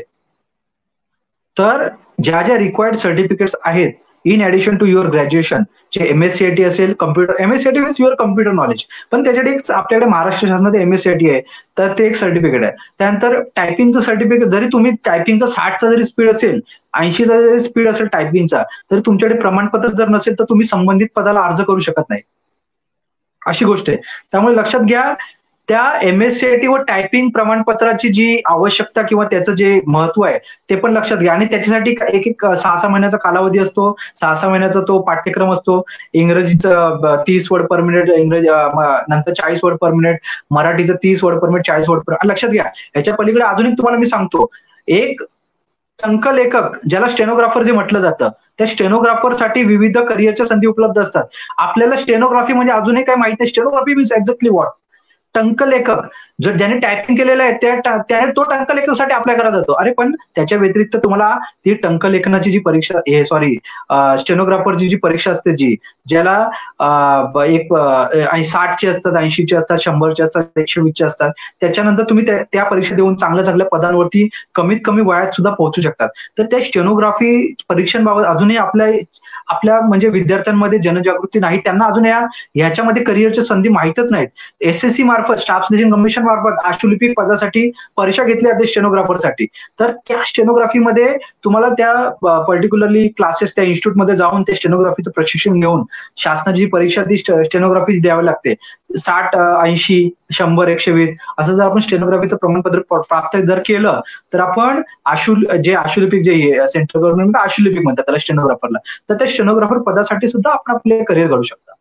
लक्षात घ्या प्राजक्त, MPSC, SSC, नंतर तुमचं UPSC, यामध्ये वेगवेगळ्या परीक्षा आहेत. केवळ सिव्हिल सर्व्हिसेस परीक्षा नाही, इंडियन इंजिनिअरिंग सर्व्हिसेस आहे, नंतर मेडिकल सर्व्हिसेस जी आहे ती त्याच्यामध्ये तुम्हाला करिअरच्या संधी उपलब्ध होतात. नंतर तुम्हाला कमर्शियल जे अप्रेंटिस असते, रेल्वे अप्रेंटिसचं एक समथिंग काहीतरी परीक्षा घेतली ती असते. जिओलॉजिस्ट, भूगर्भशास्त्र, तर जिओलॉजिस्टच्या याच्यामध्ये पण तुम्हाला परीक्षा असते. स्टाफ सिलेक्शन मार्फत ज्युनियर इंजिनियर पदासाठी परीक्षा असते. कंबाईंड ग्रॅज्युएट लेवल, ज्याच्यामध्ये ग्रॅज्युएशन जे पदवीधर आहेत ते त्याच्यासाठी आवेदन करू शकतात विविध पोस्टसाठी. त्याच्यानंतर combined higher secondary level, CHSL म्हणतात त्याला, तर ती परीक्षा आपण देऊ शकतो. मल्टीटास्किंग स्टाफ पदासाठी परीक्षा देऊ शकतो. ती ज्यांनी 10वी-12वी केले ते मल्टीटास्किंग स्टाफ पदासाठी परीक्षा देऊ शकतात. Combined higher secondary level means what, की तुम्ही 12वी जर केलंय तर तुम्ही ती परीक्षा देऊ शकता, कंबाईंड हायर सेकंडरी लेवलची परीक्षा. आणि अशा विविध परीक्षा महाराष्ट्र MPSC मध्ये पण विविध परीक्षा आहेत. लिपिक टंकलेखकसाठी परीक्षा आहे, राज्यसेवा परीक्षा आहे, कर सहाय्यक परीक्षा आहे, डिपार्टमेंटल परीक्षा असतात. कधी कधी लक्षात घ्या, कधी विद्यार्थ्यांना कळत नाही की कधी एक डेप्युटेशनच्या बेसवरती पण परीक्षा असतात. डेप्युटेशन मीन्स व्हॉट, की तुम्ही एक शासकीय कर्मचारी असाल तर तुम्ही अन्य आस्थापनांमध्ये ज्या त्यांच्या भरती असतात तिथे तुम्ही तिथे आवेदन करू शकता. आता इथे डेप्युटेशनचा जर तुम्हाला अर्थच माहित नसेल किंवा कधी तुमच्या ऐकण्यातच आलं नसेल तर त्या विद्यार्थ्यांना संभ्रम होणार आणि तो विद्यार्थी अप्लाय पण करून टाकणार. जे पण काय असेल ऑनलाईन माध्यमातून अप्लाय करण्याचा प्रयत्न करेल, ऑफलाईन माध्यमातून अप्लाय करण्याचा प्रयत्न करेल. तर लक्षात घ्या प्राजक्त, की हे जो स्टँडर्ड, जो मानक, जो एक अभ्यासक्रम आहे विविध परीक्षांसाठी, मी युपीएससीचा युपीएससी बद्दल किंवा एसएससी बद्दल नाही बोलत, त्यांचा तो अभ्यासक्रम एक फिक्स आहे. आपल्याला ते नोट्स बनवावे लागतील किंवा कलेक्ट करावे लागतील. पण जे मगाशी मी जे म्हणालो, general knowledge, English, mathematics and reasoning, जे भौतिक परीक्षांमध्ये जो कॉमन अभ्यासक्रम आहे, ऍटलीस्ट त्याच्यासाठी जर आपण प्रिपरेशन जर केलं, बाकी परीक्षांसोबत जे उच्च परीक्षा आहेत त्यांच्यासोबत जर आपण याच्यासाठी जर प्रिपरेशन केलं तर आपण बहुतेक परीक्षा आपण क्लिअर होऊन चांगल्या पदांवरती पोहोचू शकतो. लक्षात ठेवा, मी एक सिंपल तुम्हाला एक उदाहरण देतो. एक बिल्डिंग आहे 4 माळ्याची, ground floor, first floor, second floor, third floor, fourth floor, असं ते जे हे आहे. तुम्ही त्या बिल्डिंगमध्ये तुम्हाला जर एंट्री मिळवायची असेल तर तुम्हाला ते एक स्पर्धा परीक्षेचे पहिले कसोटी म्हणजे ती परीक्षा देऊन तुम्हाला ते एंट्री मिळवायची. आता 4थ्या माळावर जायचं, 3ऱ्या माळावर जायचं, 2ऱ्या माळावर जायचं किंवा 1ल्या माळावर जायचं, हे तुम्ही ठरवायचं की तुम्ही त्या गोष्टीसाठी कसं डेडिकेशन देतात आहे. जसं फॉर एक्झाम्पल एक हायरार्की आहे, group A, group B, group C, group D. तर तुम्ही कोणकोणत्या परीक्षांसाठी अर्ज करता, कोणकोणत्या परीक्षांसाठी प्रयत्न करता, कोणकोणत्या परीक्षांसाठी त्या दृष्टिकोनातून स्टडी करतात आणि तुमची विचार क्षमता किती महत्वाची आहे, की तुमचं जे बोलतात एक कॉन्फिडन्स लेवल किती महत्वाचं आहे, की आय कॅन डू इट. बघा, तुम्हाला पहिल्या प्रयत्नांमध्ये सुद्धा यश मिळू शकतं. 10 परीक्षा दिल्या तरी पण तुम्हाला यश मिळणार असं पण असतं.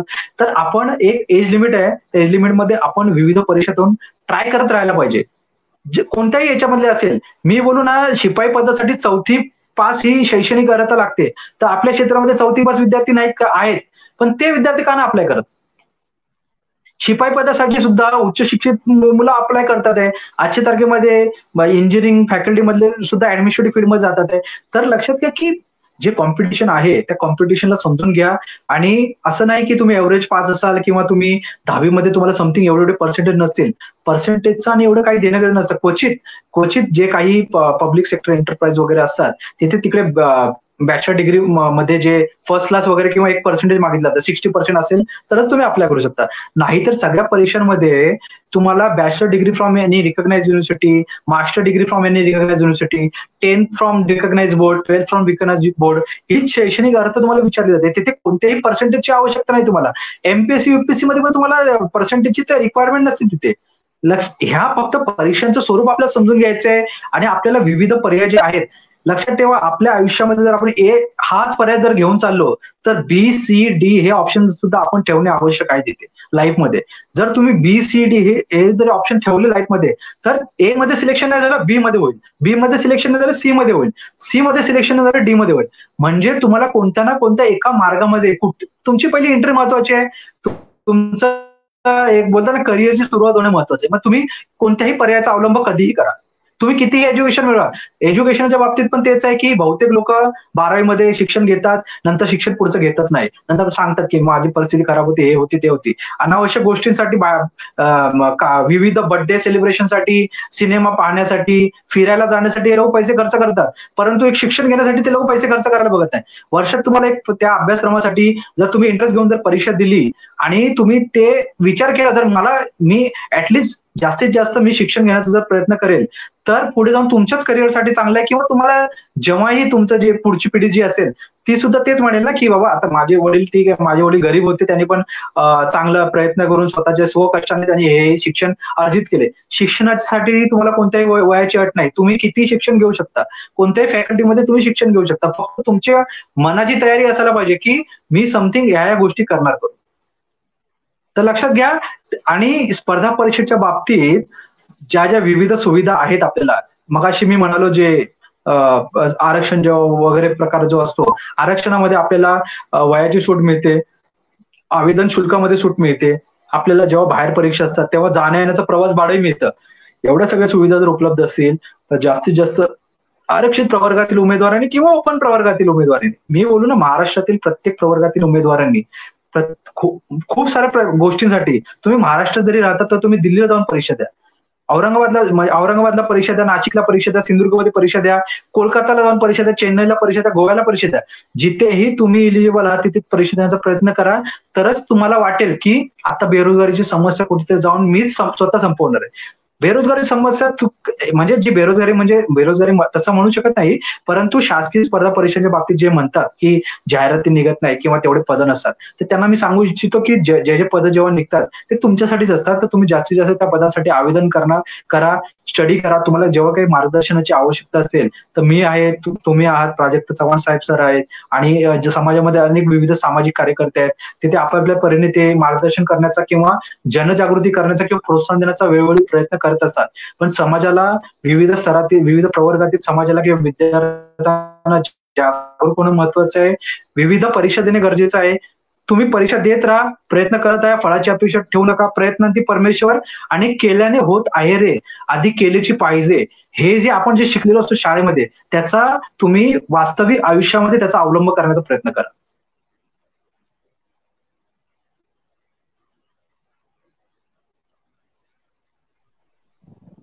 सर खूप छान मार्गदर्शन केलं. आता आपल्या कमेंट बॉक्स मध्ये एक प्रश्न विचारलाय अविनाश चव्हाण सरांनी की साहेब, ग्रामीण भागातील विद्यार्थ्यांना स्पर्धा परीक्षांबाबत तज्ञांकडून मार्गदर्शन मिळण्याकरिता काय उपाययोजना कराव्या लागतील किंवा शासन स्तरावर काही माहिती मिळू शकेल का? लक्षात घ्या प्राजक्त, आपण एका क्षेत्रातील नागरिक असतो, आपण ग्रामस्थ स्वरूपात आपले जीवन आपण जगत आहोत, किंवा मी मुंबईमध्ये राहिलाय, तुम्ही कुडामध्ये सिंधुदुर्गमध्ये राहिलाय, कोणी नाशिकमध्ये राहिलात. जर लक्षात घ्या प्राजक्त, आपल्या क्षेत्रातील विद्यार्थ्यांसाठी आपण जर पुढे येऊन आपण स्वतः जर पुढाकार घेतला आणि एक तळमळ व्यक्त करून त्यांना आपण एक मार्गदर्शक बनण्याचा प्रयत्न केला, आणि जे ऍडव्हान्स प्रकारचं जे मार्गदर्शन आहे त्याच्यासाठी तर आम्ही आहोतच, परंतु एक बघा, वेळेचा अभाव असल्या कारणाने बहुतेक गोष्टी आमच्यासाठी संभव नसतात. सामाजिक कार्य करताना सुद्धा काही अडचणी येतात, वेळेचा उपलब्धता नसते. मी तर वेळात वेळ काढून विद्यार्थ्यांसाठी कॉल तसेच मेसेजच्या माध्यमाने मार्गदर्शन करण्याचा प्रयत्न करत असतो.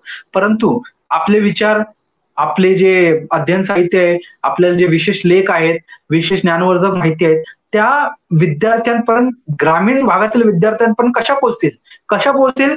तंत्रज्ञानाचा वापर करा. फेसबुकच्या माध्यमाने पोहोचवा, टेलिग्रामच्या माध्यमाने पोहोचवा, व्हॉट्सअपच्या माध्यमाने पोहोचवा. तुम्ही शाळेमध्ये तुम्ही चर्चासत्राचं आयोजन करा. शाळेमध्ये तुम्ही एक विषयामध्ये स्पर्धा परीक्षा एक विषय म्हणून तो शिकवण्यासाठी सुरुवात करा. लक्षात ठेवा, शिक्षणामध्ये जर तुम्ही आधुनिकता जर आणली तर जे आपल्याला शाळेमध्ये जे स्टँडर्ड जे विषय आहेत त्या विषयांसोबत जर आपण एक स्पर्धा परीक्षेचा विषय जर इन ऍडिशन केला आणि त्यांना जर प्राथमिक गोष्टी जर विद्यार्थ्यांना लक्षात आणून दिल्या तर उद्या जाऊन त्यांना म्हणजे डिफिकल्ट वाटणार नाही. सगळ्या गोष्टी त्यांना नॉर्मल वाटतील की इंग्रजी काय, गणित काय, हे काय, ते काय, सर्व त्यांना आधीच जर त्यांचा अभ्यास झाला असेल किंवा त्यांना त्या गोष्टींसाठी जर अवेअरनेस झालं असेल तर त्यांना उद्या जाऊन ते कठीण गोष्ट होणार नाही. मग तो ग्रामीण भागातला विद्यार्थी असू दे नाहीतर शहरी भागातला विद्यार्थी असू दे. एज्युकेशनच्या बाबतीत जे आधुनिकीकरण किंवा जे आपला जो एक नवीन एक स्टेप बोलतात ना, एक नवीन उपक्रम जर आपण चालू केला, शालेय स्तरावर चालू करा, तुम्ही ग्रामपंचायत स्तरावर चालू करा, अवेअरनेस करा. जनजागृती महत्वाची आहे. कोणत्याही गोष्टीसाठी जनजागृती करणे महत्वाचं आहे. मग ती कोणतीही गोष्ट असेल, जोपर्यंत तुम्ही लोकांच्या मनापर्यंत पोहोचत नाही तोपर्यंत तुम्ही त्याचं मत परिवर्तन कधीच करू शकत नाही. मग लक्षात ठेवा.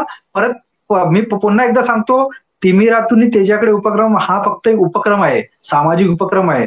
परंतु आपल्या क्षेत्रामध्ये आपणच आपल्या क्षेत्रातील उमेदवारांचे किंवा विद्यार्थ्यांचे मार्गदर्शन होणे पहिले आवश्यक आहे. आपण पुढाकार घेणे आवश्यक आहे. मगच समाजामध्ये परिवर्तनाच्या दृष्टिकोनातून काहीतरी नवीन म्हणजे जे आतापर्यंत झालं नाही ते होऊ शकतं. भविष्य काळात माझी जी संकल्पना आहे किंवा माझं जे स्वप्न आहे की शासकीय कर्मचाऱ्यांचे गाव म्हणून जे ओळखलं जायला पाहिजे की शासकीय कर्मचाऱ्यांची वाडी, शासकीय कर्मचाऱ्यांचं समथिंग काही क्षेत्र ओळखलं. कधी ओळखलं जाणार की जनजागृती महत्वाची आहे, अवेअरनेस त्या गोष्टीसाठी महत्वाचं आहे. त्यांना ज्या ज्या गोष्टी रिक्वायर्ड आहेत त्या पूर्ण महत्वाचे. तुम्ही त्यांना बाकी गोष्टी देऊ नका, पण करिअरच्या दृष्टिकोनातून त्यांना जे जे द्यायला पाहिजे. मला सांगा, एका घरातून जरी एक पुस्तक जरी डोनेट केलं, पैसे दान देण्यापेक्षा पुस्तक दान करा आणि जे आपले जे शाळा वगैरे असतात त्यांच्यामध्ये ग्रंथालय बनवा स्पर्धा परीक्षांसाठी, आणि त्याच्यामध्ये एक घरातून एक जरी पुस्तक दान केलं ना तर पूर्ण मोठं ग्रंथालय उभं राहील तिथे. लोकांना आवश्यकता लागणार नाही. मला सांगा प्राजक्त, आपल्या इथे वातावरण एवढं अनुकूल आहे सगळ्या अभ्यासासाठी. आपल्याकडे नाट्यमंच असतात, मंदिरं असतात, रानवनं असतात. तर तुम्हाला एक हसायला येईल, मी तुम्हाला एक कॉन्सेप्ट सांगतो. रानावनामध्ये जाऊन सहभोजन जो आपण करतो, वनभोजन करतो, तर वन अभ्यास करण्यासाठी कोणी पुढाकार कधी घेतला की मी जाऊन रानावनामध्ये वन अभ्यास करायला पाहिजे? वनभोजन नाही करणार, मी वन अभ्यास करणार, असं कोणी कधी ठरवलं? मग हेच आहे ना की तुम्ही एका कक्षेच्या पलीकडे जाऊन विचार करा की एक नवीन कॉन्सेप्ट निर्माण करण्याचा प्रयत्न करा. वन अभ्यास चालू करा तिथे. त्यानंतर तुम्ही ग्रुप स्टडी चालू करा. जे संध्याकाळच्या वेळेला कट्ट्यावरच्या ज्या गप्पा असतात ना, त्या कट्ट्यावरच्या गप्पांमध्ये ज्ञानवर्धक माहितीचा प्रसार करण्याची एक गोष्ट करा की बघा, अरे प्राजक्त, हे आता आपण बसलोय ना, अरे ती इकडे तिकडे समथिंग जाहिरात निघाली, त्यासाठी अप्लाय करा. आणि तू बाकीच्यांना पण सांग, एक ITI साठी निघाले किंवा ग्रॅज्युएशन पोस्ट साठी निघाले, इंजिनिअरिंग साठी वॅकन्सी निघाली. तर मला सांगा, एका व्यक्तीने जरी आपापल्या परीने जर पुढाकार घेतला तरी सगळ्यांपर्यंत पोहोचणं काही अवघड नाही. तिथे ई मार्केटिंगमध्ये एक जाहिरात आल्यानंतर हा फोन कोणता, सॅमसंगचा की ओप्पोचा, हा सगळ्यांच्या मोबाईलवरती जातो. तर एक जनजागृतीचा प्रश्न प्रत्येक घरापर्यंत पोहोचणं किती अवघड आहे. आणि जे आपले जी खंत जे आहे, पुस्तकं अवेलेबल नाही, हे अवेलेबल नाही, तर हे विचार करा, जे पुस्तकं समजा एका घरातून एक जरी पुस्तक डोनेट जर झालं, पूर्ण जर लायब्ररी जर गावामध्ये उभारली आणि तिथे जाऊन जर इच्छुक व्यक्तींनी किंवा इच्छुक विद्यार्थ्यांनी जर जाऊन अभ्यास केला ना, तर परिवर्तन घडण्यासाठी वेळ नाही लागणार प्राजक्त.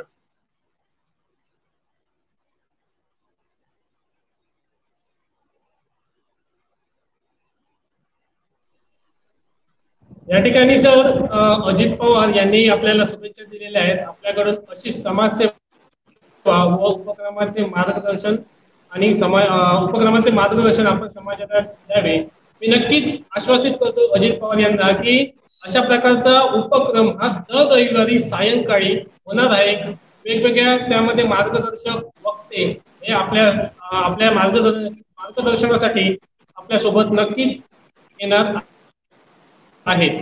त्यानंतर आपल्याला मंगेश फड सरांनी आपल्या रेडकर साहेबांचा जो तिमिरातून तेजाकडे हा जो ग्रुप चालवत आहे, टेलिग्राम ग्रुप, त्याची त्यांनी लिंक दिलेली आहे. तर मी सर्व माझ्या व्ह्युअर्सना किंवा माझ्या सर्व बांधवांना मी विनंती करतोय की या लिंकच्या माध्यमातून रेडकर सरांचा जो ग्रुप आहे तिमिरातून तेजाकडे, या ग्रुपला जॉईन व्हा. बरोबरच आपल्याला आपल्या पुढील पिढीसाठी आणि विद्यार्थ्यांना तेजाकडे नेण्यासाठी निश्चित उपयोग होणार आहे. त्यानंतर आपल्याला गोडावडेकर सर आहेत, त्यांनी पण आपल्याला शुभेच्छा दिलेल्या आहेत. अभिजित पारसेकर सर आहेत, त्यांनी पण या मार्गदर्शनाला आपल्याला शुभेच्छा दिलेल्या आहेत. त्यानंतर अनिल चव्हाण आहेत, ते म्हणतायत की ग्रामीण भागातील प्राथमिक माध्यमिक शाळा मधून विज्ञानाच्या प्रयोगशाळाकडे दुर्लक्ष केलं जातं, विद्यार्थ्यांवर परिणाम होणार नाही का, असा एक प्रश्न आहे. लक्षात घ्या प्राजक्त, ज्या सुखसुविधांचा जी उपलब्धता जी असते ती ग्रामीण स्तरावरती एखाद्या शाळेमध्ये असेल किंवा हे असेल, तर तो मॅनेजमेंटचा प्रश्न झाला की त्या शाळेमध्ये आधुनिकीकरणाच्या दृष्टिकोनातून काय सुविधा उपलब्ध असायला हव्यात, त्यांची म्हणजे रिक्वायरमेंट काय आहे आणि ते कोणाकडून त्याची पूर्तता करण्यात यावी, हे तो त्या पर्टिक्युलरली मॅनेजमेंटचा प्रश्न असतो. आता गोष्ट कसं आहे की आपला विषय आहे की शासकीय स्पर्धा परीक्षांच्या दृष्टिकोनातून जे मार्गदर्शनाची आवश्यकता आहे किंवा हे असते, आपला तो विषय आधी महत्वाचा आहे. आणि प्राथमिक माहिती तर मुलांना आपण प्रदान करतोच. शालेय स्तरावरती आपण त्यांना विविध विषयांवरती आपण त्यांना शिकवतोच किंवा सांगत असतो. आणि आपण असं हसत खेळत पण त्यांना बहुतेक गोष्टींना आपण त्यांच्याबद्दल पण आपण माहिती प्रदान करत असतो त्यांना, की ही गोष्टी तुमच्यासाठी आवश्यक आहे, ती गोष्टी लक्षात घ्या. प्राजक्त, आजची तरुण पिढी आहे ना अशी आहे की तुम्ही तुमचं नाही ऐकणार ते. तुम्हाला सरळ बोलणार, तुम्ही मला काय शिकवणार? किंवा एक मारवाडीमध्ये म्हणतात, ह्यो माका काय शिकवतलो. मग ह्यो माका काय शिकवतलो कसं कधी काय काय शिकवतलो म्हणजे मी ऑलरेडी जर मी उच्च शिक्षित आहे तर मी तुम्हाला शिकवणार. आणि माझं कर्तव्य समजतो की सामाजिक माझं एक दायित्व आहे की तुम्हाला शिकवणं माझं कर्तव्य आहे की जेणेकरून माझ्या कळत नकळत तुमच्या करिअरच्या वरती त्याचा कोणताही म्हणजे तुम्हाला तिथे कोणत्याही दृष्टिकोनातून तुमचं तिथे नुकसान होणार नाही याची मी खात्री किंवा खंबीर म्हणजे त्याची एक खबरदारी मी घेतली पाहिजे तिथे. तुम्हाला वेळोवेळी मी अवेअरनेस करायला पाहिजे की बघ हे गोष्टी करू नको, या गोष्टी कर, या गोष्टी करायला पाहिजे, ह्याच्याने तुझं हे होईल, त्याच्याने तुझं ते होईल. हे मार्गदर्शन आपण कोणी करू शकतो. लक्षात घ्या, युवक वर्गाने आपली जी मानसिकता ती कुठे जाऊन बदलायला पाहिजे की समोरचा व्यक्ती बोलतो ना त्यातले 10 गोष्टींमधल्या ऍटलिस्ट एक गोष्ट तरी तुम्ही जर चांगली घेतली तरी ती तुमच्या उद्या भवितव्यासाठी चांगली गोष्ट आहे. मग ते संस्कार असू दे, तुम्हाला नॉलेज असू दे किंवा आणि काही गोष्ट असू दे. मंगेश पाडे यांनी आपल्याला एक जे कमेंट केलेलं आहे तिमिरातुनी त्याच्याकडे उपक्रमाबद्दल जे आपल्याला त्यांनी लिंक पाठवलंय, तर तुम्हाला मी सांगतो तिमिरातुनी त्याच्याकडे उपक्रम म्हणजे नेमकं काय आहे. नाहीतर अजूनपर्यंत लोकांच्या मनात संभ्रम आहे की तिमिरातुनी त्याच्याकडे उपक्रम मीन्स व्हॉट. तर तुम्हाला याबद्दल मी माहिती सांगतो. 2000 जेव्हा माझं स्टाफ सिलेक्शन कमिशन थ्रू माझं जेव्हा सिलेक्शन झालं, अखिल भारतीय स्तरावरती माझं जेव्हा हे आलं, तर मला कुठेतरी जाऊन वाटलं की मी आता एका पदावरती मी आलेलो आहे, तर लोकांना मी मार्गदर्शन चांगल्या प्रकारे करू शकतो, विद्यार्थी माझं ऐकू शकतात. याआधी मी 2010ला मी IIT मध्ये मुंबईमध्ये मी माझ्या करिअरची सुरुवात केली होती. परंतु 2017-18च्या परीक्षेमध्ये जेव्हा अखिल भारतीय स्तरावरती जेव्हा माझी निवड झाली, माझा एक कॉन्फिडन्स लेवल वाढला आणि मला एक माहिती आहे की समाजामध्ये कसं असतं, एक अधिकारी बोलतो ना त्याचं ऐकतं. बाकी असे कोणी शासकीय कर्मचारी जर बोलत असतील तर त्यांना लोक हेच करायला बघतात, इग्नोर करायला बघतात की अरे काय मला काय शिकवतोय, समथिंग हा लिपिकच आहे, असाच आहे तसाच आहे करून. मग गोष्ट कशी माहिती काय, कधीही कोणीही चांगल्या दृष्टिकोनातूनच तुम्हाला सांगण्याचा प्रयत्न करणार की या गोष्टी तुमच्यासाठी महत्वाचं आहे. तिमिरातुनी त्याच्याकडे उपक्रम सुरू करण्याचा उद्देश हाच होता की मी एक ऑब्झर्वेशन केलेलं आहे की मला आयुष्यामध्ये मार्गदर्शन जेव्हा आवश्यकता होती तेव्हा मला ते विशेष मार्गदर्शन त्यावेळी मिळालं नाही. त्यामुळे कुठे जाऊन UPSCचे जे IAS ऑफिसर होण्याचं स्वप्न जे होतं ते कुठे जाऊन अपूर्ण राहिलं. परंतु स्टाफ सिलेक्शन मार्फत ऍटलिस्ट ग्रुप बी ऑफिसर जरी झालो याचं मला समाधान आहे, याच्यात मी खुश आहे. आणि लोक जे म्हणतात ना की तुम्ही इतरांना शिकवता स्वतःच्या घरात काय केलंय, तर तुम्हाला मी सांगतो, माझी वाईफ BSc कॉम्प्युटर सायन्स आहे. तिने तिच्या करिअरची सुरुवात शिपाई पदापासून केली, कारण तिच्याकडे मगाशी मी सांगितल्याप्रमाणे टायपिंग वगैरे सर्टिफिकेट नव्हते आणि तिला मी या स्पर्धा परीक्षांमध्ये जे स्पर्धा आहे तर त्याच्या संदर्भात मी तिला अवेअरनेस केलं, बघ तुला काय करायचं तू करू शकते, मोठ्या मोठ्या परीक्षा पण देऊ शकते, बाकी सगळ्या परीक्षा देऊ शकते. तिने शिपाई पदापासून सुरुवात करून ती आज आरोग्य विभागात डायरेक्टर ऑफ हेल्थ सर्व्हिसमध्ये कनिष्ठ लिपिक पदावर कार्यरत आहे. म्हणजे मी सुरुवात माझ्या घरापासून सुद्धा केलेली आहे. मी सगळ्यांना सांगतो, मी जिथेही नाक्यावर जरी फिरत असलो किंवा मी गरीब विद्यार्थी बघितला, कोणालाही बघितला तरी मी त्याला तेच लेक्चर देतो की बाबा तू हे कर ते कर, मी समथिंग इथे ते काम करतो, तुला जे पण काही मार्गदर्शनाची आवश्यकता मी करेल. मी कित्येक विद्यार्थ्यांना मी स्वतःच्या ऑनलाईन जे फी असतात मी स्वतः पण भरून दिलेले आहेत की तुम्ही मला ईमेलवरती तुम्ही डॉक्युमेंट्स पाठवा, मी तुम्हाला ऑनलाईन फॉर्म वगैरे भरून देतो, तुमचं पाहिजे तर फी पण भरून टाकतो. कारण बहुतेक लोकांना शक्य होत नाही, सायबर कॅफे अवेलेबल नसतात, त्यानंतर तिकडे त्यांच्याकडे नेटवर्क वगैरेचा प्रॉब्लेम असतो. तर जो हुशार विद्यार्थी आहे तो कोणत्या ना कोणत्या गोष्टींपासून वंचित राहायला नको. त्यामुळे मी काय करतो, मी कधी माझ्या स्वतःच्या लॅपटॉपवरती, माझ्या स्वतःच्या मोबाईलवरती मी स्वतःही त्यांची फी भरून टाकतो. जिथे फी नसेल ते आपण भरून टाकतो आणि फी असलं तरी भरून टाकतो. माझ्याकडून जेवढं शक्य होईल तर बघा, 5 रुपये दान केलं म्हणजे माणूस मोठा होत नाही. जे समाजाच्या उत्कर्षासाठी आवश्यक जे ज्ञान आहे ते मी निशुल्क रूपात तिमिरातुनी त्याच्याकडे उपक्रमाच्या माध्यमातून उपलब्ध करून दिलंय. फक्त तुम्हाला व्हॉट्सअपवरती काय करायचंय, ऍक्टिव्हेट राहायचंय. रोज सकाळी किंवा संध्याकाळी तुम्हाला जसा वेळ मिळेल तसं तुम्ही मेसेज बघा, जाहिराती बघा. तुम्हाला त्यात विविध लेख असतात, विविध अध्ययन साहित्य तर मी क्रिएट करत नाही, ते तर इथून तिथून फॉरवर्डेड असतात. लक्षात ठेवा प्राजक्त की तुम्ही पाहत असाल विविध जाहिराती तुमच्या व्हॉट्सअप ग्रुपमध्ये पण सुद्धा येत असेल की विविध जाहिराती, ह्या पदासाठी अप्लाय करा, त्या पदासाठी अप्लाय करा. परंतु फक्त जाहिराती पाठवून त्याचा उपयोग नाही, त्या जाहिरातीच्या अनुषंगाने त्या विद्यार्थ्याला मार्गदर्शन करणं सुद्धा आवश्यक असतं. मग विचार करा, एक जाहिरात प्राप्त झाल्यानंतर त्या विद्यार्थ्याला जेव्हा संभ्रम निर्माण होईल, प्रश्नचिन्ह असेल, क्वेरी असेल, तर तो कोणाला विचारणार. मग मी काय केलं, व्हॉट्सअपच्या उपक्रमावर माझा जो एकुलता एक नंबर आहे तो सर्वांसाठी खुला केलेला आहे. तुम्ही कधीही मला कॉल करा, कधीही मेसेज करा. मला जसं मी सवड असेल मी तुमच्या मेसेजला उत्तर देतो, तुमच्या कॉलला उत्तर देतो. मी कधीही कोणाला कमी लेखत नाही. तो शिक्षण जरी त्याने कमी शिक्षण घेतलेलं असेल तरी सुद्धा कमी लेखत नाही, किंवा त्यांनी चुका केला असेल तरी कमी लेखत नाही. उलट त्याला करिअरच्या दृष्टिकोनातून आवश्यक आहे, प्रोग्रेस त्याचा कशा प्रकारे होईल, त्याचा विकास कशा प्रकारे होईल, त्याचा मनोबल कशा प्रकारे. बहुतेक विद्यार्थी अशा की त्यांनी बहुतेक परीक्षा दिल्या असतात, ते नंतर मनोधैर्य खचून जाते त्याचं, की सर मी तर भरपूर परीक्षा दिल्या, आता मी काय करू. तर अशा विद्यार्थ्यांना पण मी एक मार्गदर्शन करतो किंवा त्यांना एक मोटिवेशन देतो की बघा कसं की तुम्ही केले प्रयत्न, पण अजूनही तुम्ही प्रयत्न करू शकता. जी शेवटची तुमची वयोमर्यादेची जी अट हे आहे, वयोमर्यादा आहे, त्या शेवटच्या वयोमर्यादेपर्यंत पण तुम्हाला अप्लाय करायला पाहिजे. लक्षात ठेवा, जी तुमच्याकडे ज्ञानाची जी तलवार आहे ती अशीच म्हणजे गंज लागत ठेवण्यापेक्षा त्या ज्ञानाच्या तलवारीचा वापर करा. इथे बाय बॉन कोणीही नाही इथे हुशार. मी सुद्धा हुशार नव्हतो. मी जर 9वी मध्ये नापास झालो होतो आणि त्यावेळी जर मी वेगळाच जर निर्णय घेतला असता की मी गॅरेजमध्ये जाऊन काम करेल, तर मी आजच्या तारखेमध्ये एवढं शिक्षण घेऊन या पदांवर पोहोचू शकलो असतो का. तर एक संयम महत्वाचा असतो, कॉन्फिडन्स लेवल महत्वाचा असतो तिथे. आणि मी पण काय 10 परीक्षा दिल्या, 10 परीक्षामध्ये पास झालो असं नाही. मी पण भरपूर परीक्षा दिल्या. जवळजवळ 2008 ते 10च्या दरम्यान मी जवळजवळ 50 ते 60 परीक्षा दिल्या असतील. डीडी साठी पण भरपूर पैसे माझे खर्च झाले, पण तरी पण मी खचलो नाही त्या गोष्टीसाठी. आणि बहुतेक परीक्षांमध्ये असं सुद्धा झालं की मी प्रिलिम्स क्लिअर केली, मेन्स क्लिअर केली, तर माझं फायनल लिस्ट मध्ये नाव नाही, तरी पण मी खचलो नाही. मी करत राहणार आणि करत राहिलो. शिक्षणाच्या बाबतीत पण तेच आहे. बीकॉम, एमकॉम, एम ए हे ते दुनियाभरच्या डिग्री, ILLB आता फायनल इयरला, उद्या जाऊन मी PhD करण्याचा पण मानस आहे. ज्या अजूनही आपण एक ग्रॅज्युएशन झाल्यानंतर आपल्याला काय वाटतं, अरे मी एवढं एज्युकेशन केलंय. अरे परंतु तुम्ही शिकत राहा, तुम्ही जास्तीत जास्त शिकणार तेव्हा तुमच्यासाठीच चांगलेलं आहे. त्याच्यानंतर तिमिरातून त्याच्याकडे याचा अर्थ समजून घ्या. अंधाराकडून मला प्रकाशाकडे न्यायचंय मुलांना. अजूनपर्यंत जे विद्यार्थी सुप्त आहेत, जे पालक वर्ग अजूनही त्यांच्या मनामध्ये जो न्यूनगंड भरलेला आहे आणि ज्या जागरूकतेची त्यांना आवश्यकता आहे, ज्या मार्गदर्शनाची आवश्यकता आहे, ज्या मार्गदर्शनामुळे साध्यातला साधा एक गरीब घरातला विद्यार्थी जर शिपाई जरी झाला तर अधिकारी झाल्याचं समाधान मला वाटणार ना ते, की माझ्या मार्गदर्शनामुळे किंवा माझ्या संपर्कात राहिल्यामुळे विद्यार्थी तो ऍटलिस्ट काही ना काही त्यांनी करिअरचा त्यांनी मार्ग त्याला मिळाला त्याच्या आयुष्यामध्ये. आणि दुसरी गोष्ट काय, तिमिरातूनही त्याच्याकडे उपक्रमाच्या माध्यमातून कोणतेही अनावश्यक मेसेज पाठवले जात नाहीत. त्याच्यामध्ये फक्त ऍडमिन मेसेज पाठवले, ऍडमिनच फक्त त्यात मेसेज पाठवतो. आणि मी आणि मंगेश फड जे विद्यार्थी आहेत मराठवाड्याचे, अतिशय चांगले विद्यार्थी आहेत. त्यांना कोणत्याही गोष्टीसाठी कोणतेही निवेदन देण्याची आवश्यकता लागत नाही. मी मगाशी म्हणतो ना, प्रत्येक क्षेत्रात मार्गदर्शक तुम्हीच बना. मंगेश फळा विद्यार्थी स्वतः सुद्धा अभ्यास करतो, इतरांना सुद्धा काही ना काही ते जनरल नॉलेजचे प्रश्न पाठवतो, काही मटेरियल असेल ते पाठवतो. याला म्हणतात की तुम्ही समाजासाठी पुढाकार घेऊन काही ना काही करतात तिथे, आणि याच्यातून समाजाचा विकास होतोय. याच्यातून कोणालाही याच्यातून काही नुकसान होत नाही. माझ्या उपक्रमाच्या माध्यमातून कोणत्याही जाहिराती प्रसारित केल्या जात नाही, कोणतेही ऍडव्हर्टायझिंग नाही, माझा स्वतःचा कोणताही क्लास नाही, मला कोणताही क्लास खोलण्याची मला आवश्यकता सुद्धा नाही. जे काही आहे ते समाजाच्या उद्धारासाठी करेल, विकासासाठी आवश्यक असेल ते मी करत राहील.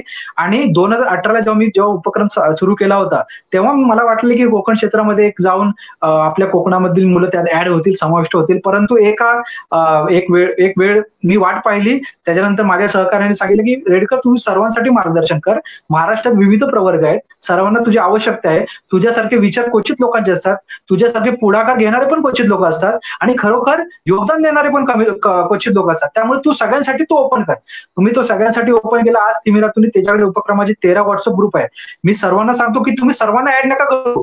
तुम्ही तुमच्या क्षेत्रात तुमच्या वाढीचा ग्रुप बनवा किंवा काही ग्रुप बनवा. माझ्या जाहिराती तुम्ही त्यांना प्रसारित करा. उद्या तिमिरातून त्याच्याकडे उपक्रमाच्या माध्यमाने कोणीही विद्यार्थी कोणत्याही पदावर पोहोचला, आम्हाला त्याचे कोणतेही क्रेडिट मिळणार नाही किंवा आम्ही त्यांचा कोणतेही क्रेडिट घेणार नाही. मी नेहमी सांगतो, स्वयं अध्ययनाने आपण कोणतेही यश प्राप्त करू शकता. स्वयं अध्ययनाने म्हणजे विद्यार्थी त्यांचं स्वयं अध्ययन करून स्वतःचं डेडिकेशन देऊन कोणत्याही पदांवर पोहोचू शकतो. रेडकर कोणत्याही गोष्टीचा क्रेडिट घेत नाही तिथे, आणि रेडकर कोणीच नाही. रेडकर तर सामान्य व्यक्ती, फक्त एक सामाजिक कार्याचा भाग कशासाठी आहे की आतापर्यंत जे उदासीनता विद्यार्थ्यांमध्ये जी होती, मला कुठेतरी जाऊन त्याच्याबद्दल खंत वाटत होती. आतापर्यंत जे तुमच्या क्षेत्रातील विविध शासकीय कर्मचारी असतील, चांगल्या चांगल्या पदांवरती असतील, एक सामाजिक कार्यासाठी पुढे क्वचितच लोक सरसावतात, क्वचितच लोक मला कॉन्टॅक्ट करतात की रेडकर मी तुमच्या सोबत आहे, आपण हे करूया ते करूया. क्वचित लोक, नाहीतर कितीतरी शासकीय कर्मचारी, कितीतरी चांगल्या चांगल्या पदांवरती लोक आहेत, कितीतरी प्रोफेशनल व्यक्ती आहेत. मी फक्त ह्याच्यासाठी बोलत आहे, खाजगी क्षेत्रामध्ये पण असे जे व्यक्ती आहेत ते तज्ज्ञ आहेत, त्यांच्या मार्गदर्शनाची सुद्धा समाजाला आवश्यकता आहे. जे इंजिनिअरिंग आयटी क्षेत्रातील सुद्धा विद्यार्थी आहेत किंवा प्रोफेसर आहेत, फॅकल्टी आहेत, त्यांच्याही मार्गदर्शनाची विद्यार्थ्यांना आवश्यकता आहे. मग मला सांगा, सर्वांनी जर आपले आपले योगदान आपापल्या क्षेत्रांमध्ये जर दिले तर मला सांगा त्या क्षेत्राचा विकास होण्यासाठी किती वेळ लागेल. आणि मी जी संकल्पना जी नेहमी म्हणतो ना, शासकीय कर्मचाऱ्यांचे गाव, शासकीय कर्मचाऱ्यांचं गाव का होणार नाही. जर कोणी शिपाई बनला, कोणी क्लर्क बनला, कोणी रेल्वेमध्ये लागला, कोणी बीआरसी मध्ये लागला, कोणी युपीएससी मध्ये सिलेक्शन झालं, कोणी एमपीएससी मध्ये सिलेक्शन झालं. एमपीएससीचा जो 2019चा जो निकाल होता, मी एक व्हॉट्सअप आणि फेसबुकवरती सुद्धा टाकलेला, सिंधुदुर्गातून मला एकही यशोगाथा वाचण्यास मिळाली नाही. मग तुम्ही याचा अर्थ समजून जा की लोक परीक्षा किती देतात किंवा प्रयत्न किती करतात किंवा आणि काय करतात. यशोगाथा मला जर वाचायला मिळाली असेल, मला अभिमान असला असता की हे महाराष्ट्रात विविध प्रवर्गातील उमेदवार सिलेक्ट होतात, मला सर्वांसाठीच हे आहे. परंतु लक्षात घ्या, शेवटी कसं क्षेत्रीय स्तरावरती तुम्हाला जागरूक होणे आवश्यक आहे. तुमच्या क्षेत्राचा विकास करण्यासाठी, विद्यार्थ्यांचा विकास करण्यासाठी तुम्हाला आवश्यक ते मार्गदर्शन, योगदान तुमच्यापर्यंत जे काही असेल तुम्ही त्यांना करा. माझं काम आहे, मी एक सामाजिक कार्य वेगळ्या स्वरूपाचं करतोय, जिथे मी नॉलेज शेअर करतो. तुम्ही काही आर्थिक स्वरूपाची मदत करू शकता, जे काही करू शकता. लक्षात घ्या, मार्गदर्शन मेळावे सगळीकडे आयोजित करण्याची सुद्धा आवश्यकता नसते. जर तुम्ही तंत्रप्रणालीचा योग्य रीतीने वापर केला आणि जर तुम्ही जाहिराती वेळोवेळी पाहिल्या, तुम्ही त्याला समजून घेतल्या, तुम्हाला कधी काय डाऊट्स असतील, क्वेरीज असतील, तुम्ही रेग्युलर वे मध्ये तुम्हाला विचारले, भले ती डाऊट किंवा क्वेरीज माझ्यासाठी क्षुल्लक गोष्ट असेल, ती तुमच्यासाठी महत्वाची. कारण काय, तुम्हाला जेव्हा नॉलेज आहे ते तुम्ही आम्हाला विचारा. तुम्हाला जर मार्गदर्शन केलं नाही किंवा तिथे कोणत्या गोष्टीमध्ये जर मी हे केलं तर तुम्ही मला हे करा ना, की रेडकर काय आपल्याला सपोर्टच करत नाही किंवा सांगायला बघत नाही तर सांगा. पण मी जर करत नाही, आणि या उपक्रमाचा उद्देश हाच आहे की सर्वांगीण विकास. मग या उपक्रमातून मुलं लेफ्ट का होतात, ह्यात मला प्रश्न पडतो की लेफ्ट होण्यामागचं प्रमुख कारण काय त्याच्यामध्ये. आणि मी नेहमी मुलांना सांगत असतो की तुम्ही तुमच्याशी रिलेटेड जर वॅकन्सी नसतील तर तुम्ही इतरांना प्रसारित करा, जेणेकरून इतरांचा विकास होईल तिथे. तर तुमच्याशी जर निगडीत नसेल, म्हणून ही जाहिरात माझ्याशी निगडीत नाही सर, तर मी ग्रुपमध्ये राहून काय करू, की सर मी ऑलरेडी मी करिअर बनवलेलं आहे, मी खाजगी क्षेत्रामध्ये चांगल्या पदांवरती आहे, तर मी राहून काय करू. तुम्ही नका करू ना, तुम्ही इतरांसाठी करा ना. इतरांसाठी करणं महत्वाचं असतं. एक लक्षात घ्या की समाजासाठी जे दायित्व आपलं आहे ना, स्वतःसाठी करा आणि इतरांसाठी सुद्धा करा. केवळ स्वतःच करून कोणी माणूस मोठा होत नाही. इतरांसाठी जो करतो ना, त्याच्या लोकांच्या मनात ती छबी निर्माण होते की हा व्यक्ती स्वतःसाठी सुद्धा करतो आणि इतरांसाठी सुद्धा करतो. त्यामुळे स्वतःसोबत इतरांचा सुद्धा विकास करत राहा.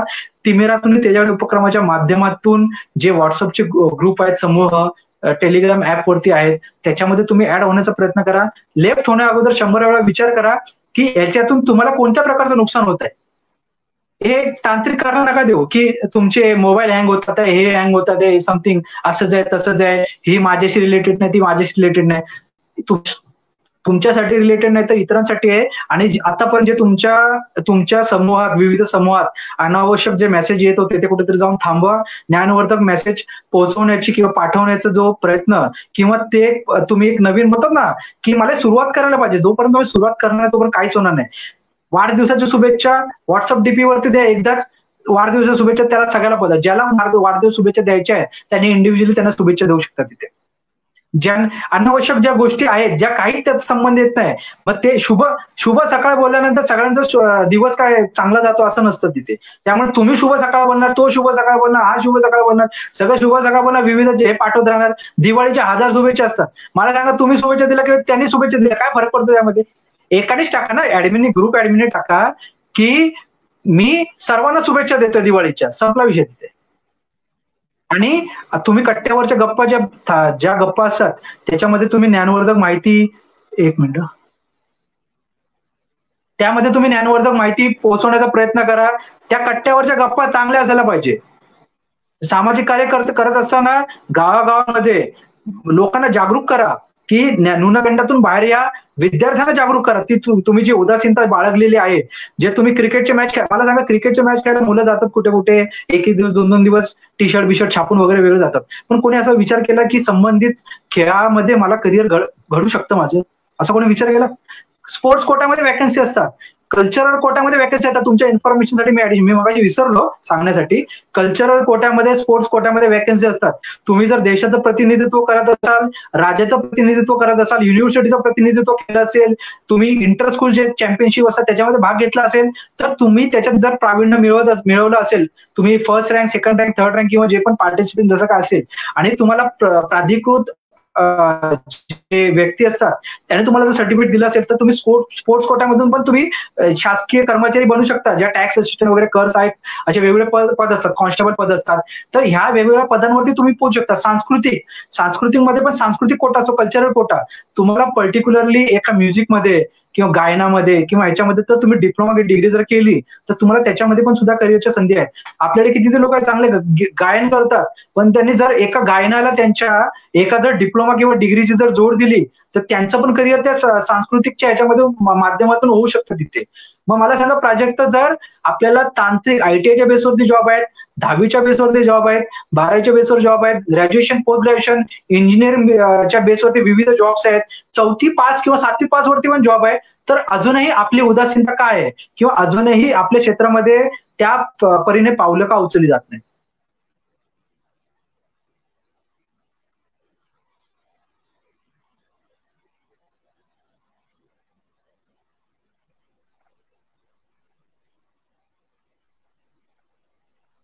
यामध्ये सर अनिल चव्हाण यांना मी सांगू इच्छितोय की सर तुमच्या म्हणजे तुमच्या असं कुठे लक्षात आलं असेल की प्राथमिक शाळा किंवा माध्यमिक शाळांमध्ये जर अशा प्रकारचं दुर्लक्ष होत असेल, तर संघटनेच्या वतीने नक्कीच मॅनेजमेंट किंवा तिथल्या मुख्याध्यापकांना जाब विचारण्यासाठी आम्ही नक्कीच येऊ. असं जर असेल तर आमच्या कानी आला आणि हा विषय आम्ही नक्कीच त्या समोरच्या मुख्याध्यापक किंवा मॅनेजमेंटच्या लक्षात देऊन हा विषय आपण सॉल्व्ह करू शकतो.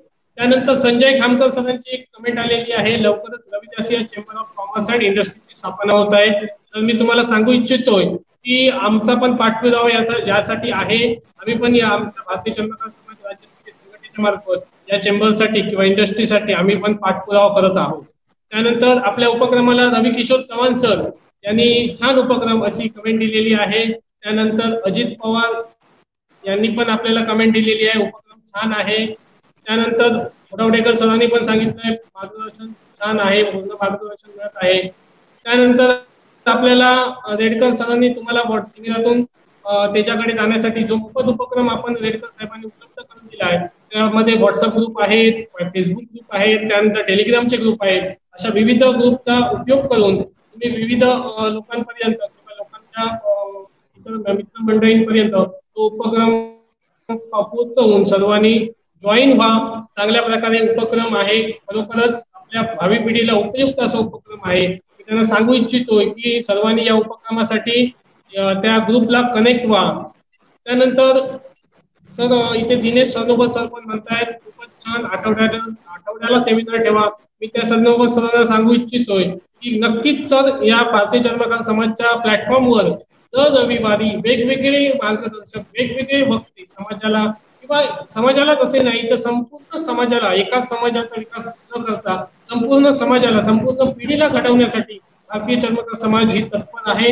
आणि नवनवीन उपक्रम किंवा नवनवीन मार्गदर्शन वक्ते यांच्या मार्गदर्शनाखाली आपण रेग्युलर रविवारी भेटणार आहोत. त्यानंतर अविनाश चव्हाण यांनी पण सांगितलंय छान मार्गदर्शन. सहदेव चव्हाण यांनी पण आपल्या उपक्रमाला शुभेच्छा दिलेल्या आहेत. आपल्या सरनोबत सर म्हणतायत की सिंधुदुर्ग जिल्ह्यात पाहिजे तसा स्टडी सर्कल नाही भेटत आहे. तर नक्कीच आपणास सांगू इच्छितोय की स्टडी सर्कल भेटत नाहीये, याची उदासीनता थोडीफार आहे. पण आम्ही आमच्या संघटनेच्या मार्फत लवकरच एक भवन बांधण्याचा मानस केलेला आहे आणि त्यामध्ये डॉक्टर बाबासाहेब आंबेडकर यांच्या नावाची अशी लायब्ररी, मोठी लायब्ररी, जेणेकरून ज्याप्रमाणे गोव्याला मेन लायब्ररी आहे त्या प्रमाणाची किंवा त्या धर्तीवर लायब्ररी उभी करण्याचा आमचा एक मानस आहे. त्यासाठी आमचे प्रयत्न चालू आहेत. लवकरच या प्रयत्नांना यश येणार आहे. त्यानंतर श्रावण बाविस्कर म्हणतायत छान उपक्रम, शुभेच्छा दिलेल्या आहेत. अविनाश सरांनी आपले मनोगत थोडक्यात व्यक्त केलेले आहे. रेडकर साहेब नमस्कार. कसे पाहता, आपल्याविषयी ऐकून माहिती थोडीफार होती.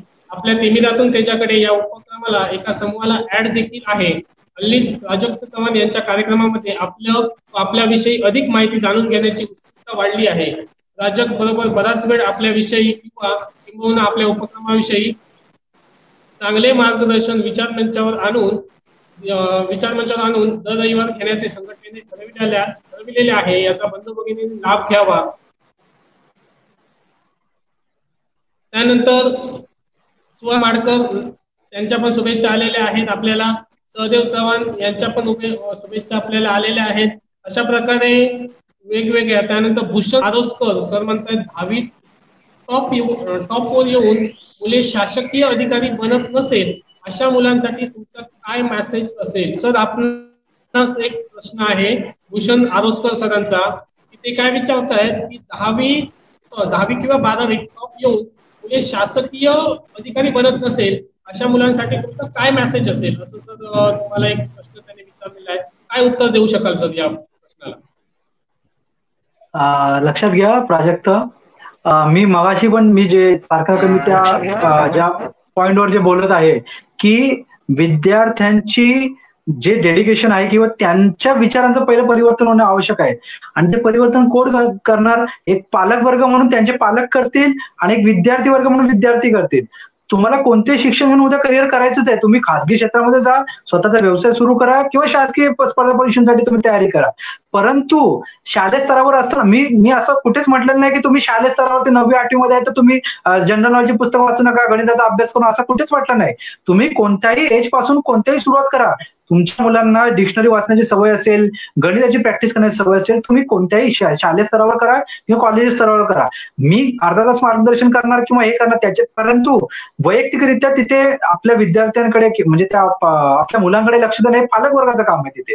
आणि त्यांच्या मनामध्ये जर तुम्ही न्यूनगंड जे जुने न्यूनगंड जे आहेत, पारंपरिक आपल्या पद्धतीने जे न्यूनगंड होते मग जे मी सांगितले, तर तुम्ही तेच त्यांना सांगत राहणार तर त्यांचं मनोबल कसं वाढणार की भविष्यामध्ये जाऊन त्यांना हा पर्याय उपलब्ध किंवा हे करायला पाहिजे किंवा आतापासून ते लोक सुरुवात करू शकतात की जेणेकरून नंतर ते ग्रॅज्युएशन झाल्यानंतर वगैरे फर्स्ट अटेम्प्ट मध्ये पण चांगले चांगले अधिकारी बनू शकतात. तिथे मार्गदर्शन करण्यासाठी तुम्हाला उपलब्ध एक प्लॅटफॉर्म उपलब्ध करून दिलं. जेवढं शक्य होईल तेवढं व्हॉट्सअपच्या माध्यमातून, फेसबुकच्या माध्यमातून तर पुरवण्याचा प्रयत्न करतो.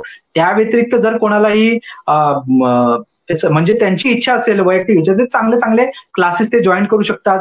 वाचनालयांसाठी पण ते जाऊ शकतात. परंतु मी मगाशी सांगितलं वाचनालयासाठी आपलं जे क्षेत्र आहे त्याच्यामध्ये निसर्गाचा एवढा चांगला आहे की वाचनालयाची गरजच नाही. त्यामध्ये तुम्ही घरामध्ये सुद्धा वाचू शकता, मंदिरामध्ये सुद्धा वाचू शकता, नाट्यमंचाचा वाचण्यासाठी उपयोग करू शकता. ज्या शाळा आहेत, ज्या 1ली ते 4थी वगैरे जे प्राथमिक शाळा आहेत त्याचा पण वापर करू शकता. जेव्हा त्या शाळेचा वेळ संपला असेल संध्याकाळच्या वेळेला त्याचा चांगल्या प्रकारे तुम्ही उपयोग करू शकता. हे कसं ग्रामस्थांवरती आणि ग्राम प्रशासनावरती डिपेंड आहे की त्यांनी कशा प्रकारे या उपक्रम किंवा नवीन एक तुम्ही संकल्पना तुमच्या गावात राबवा. कारण काय, ह्या विकासासाठी पुढाकार तर आवश्यक, पुढाकार घेणार कोण? ग्रामस्थ घेणार. पुढाकार राबवणार, इम्प्लिमेंटेशन कोण करणार? एक प्रशासन करणार, जे स्थानिक प्रशासन असणार ते करणार. सामाजिक कार्यकर्ते आपलं त्याच्यात योगदान देणार. आमचं तर त्यात योगदान आहे. एक व्यक्ती किती करणार? रेडकर एक व्यक्ती पूर्ण महाराष्ट्रामध्ये काही करू शकत नाही. तुमच्या सहकार्याची, तुमच्या पाठिंब्याची, तुमच्या मोटिवेशनची आवश्यकता असते. वेळोवेळी तुम्ही जे संदेश पाठवतात, शुभेच्छा देतात, माझे मनोबल त्याच्याने उंचावते.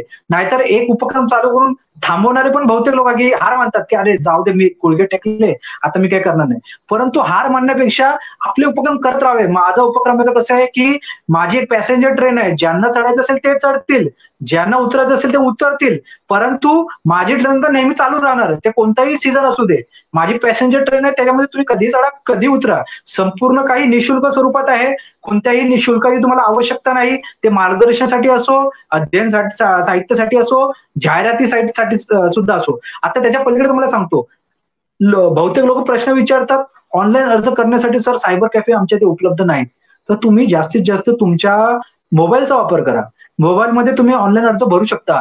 तुम्ही ते मोबाईलमध्ये ऑनलाईन अर्ज भरल्यानंतर तुम्ही तुम्हाला जे शुल्काचा भरणा करायचा असतो, एक नॅशनलाइज बँकेमध्ये तुम्ही खातं उघडा, त्याच्यामध्ये काही ना काही मिनिमम बॅलन्स त्याच्यामध्ये ठेवून द्या की जेणेकरून एकाच परीक्षेसाठी तुम्हाला त्याच्यातून त्या शुल्काचा भरणा होईल. त्याच्यानंतर तुम्ही आवेदन केल्यानंतर एक PDF फाईल जनरेट होते, ते तुम्ही मोबाईलमध्ये सेव्ह करून ठेवा, ईमेलला पाठवा, जीमेल ड्राईव्हला पाठवा. मी ज्या ज्या जाहिराती किंवा जे पाठवतो स्टडी मटेरियल त्या तुम्ही गुगल ड्राईव्हला सेव्ह करून ठेवा की जेणेकरून तुम्हाला नंतर शोधण्याची आवश्यकता नाही.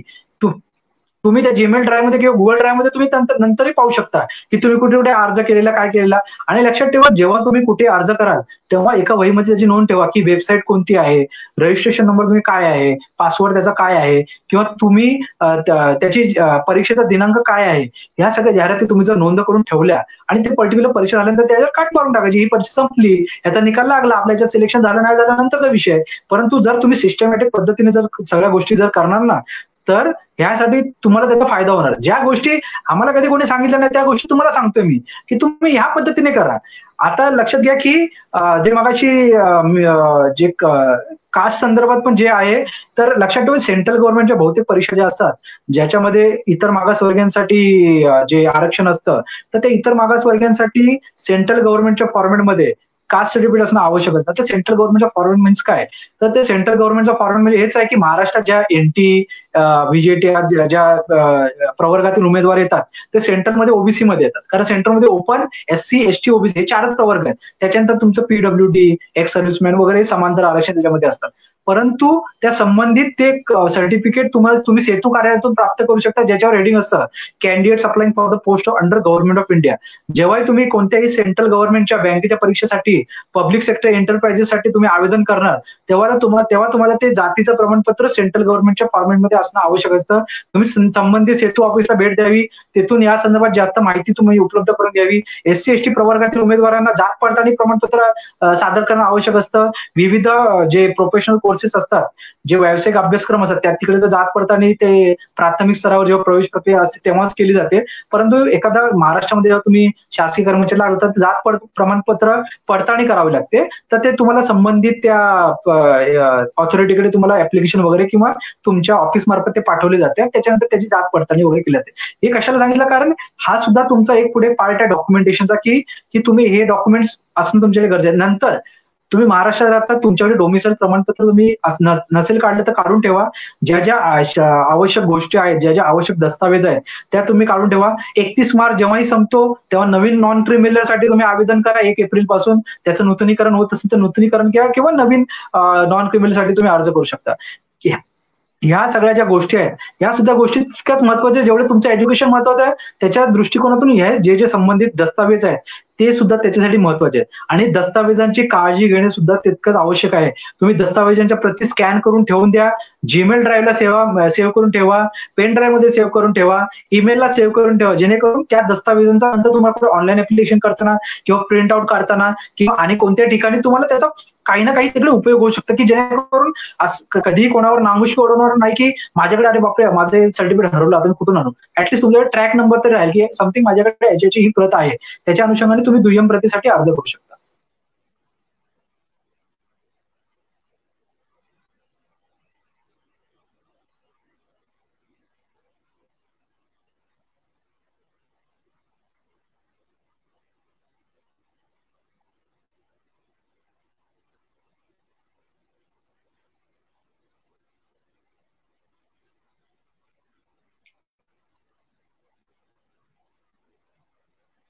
प्राजक्त सर, आपला माईक म्यूट वरती आहे.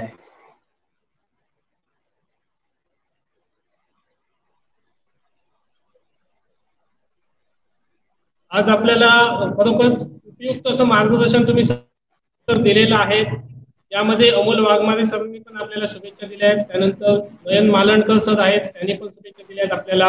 अनिल चव्हाण आहेत, हे राज्य कार्याध्यक्ष आहेत भारतीय चर्मकार समाजचे, त्यांनी पण आपल्याला या कार्यक्रमाला शुभेच्छा दिल्या आहेत.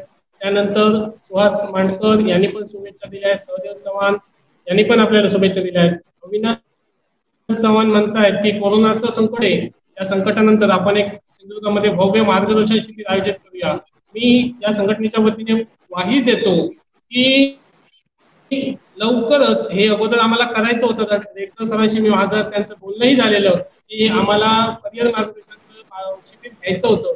पण त्यानंतर कोरोनाचा काळ आला आणि त्यामध्ये काहीच घेता आलं नाही. म्हणून माझ्या सर्व बांधवांपर्यंत, माझ्या मुलांपर्यंत काहीतरी पोहोचावं या माध्यमासाठी मी हे सोशल मीडियाचं माध्यम निवडलं, की जेणेकरून सोशल मीडियाच्या माध्यमातून आज माझ्या गरीब वसई होतकरू असेल, सर्व मानवांपर्यंत, माझ्या मुलांपर्यंत, विद्यार्थ्यांपर्यंत हे मार्गदर्शन शिबिर, मुलाचं असं मार्गदर्शन शिबिर हे रेडकर साहेबांच्या मार्फत होतंय, हे माझ्या बांधवांच्या पर्यंत पोहोचण्यासाठी मी सोशल मीडियाचा जास्तीत जास्त वापर केला आहे. त्या ठिकाणी मी आमच्या संघटनेचे की सर्व सोशल मीडियाच्या ज्या लिंक होत्या, व्हॉट्सअप म्हणा, फेसबुक म्हणा, युट्यूब म्हणा, अशा सर्व लिंक मी तयार केल्या. त्या लिंक सर्वांपर्यंत पोहोचवल्या आणि या मार्गदर्शनाचा लाभ घेण्यासाठी सगळ्यांनी आपण पुढे येऊया.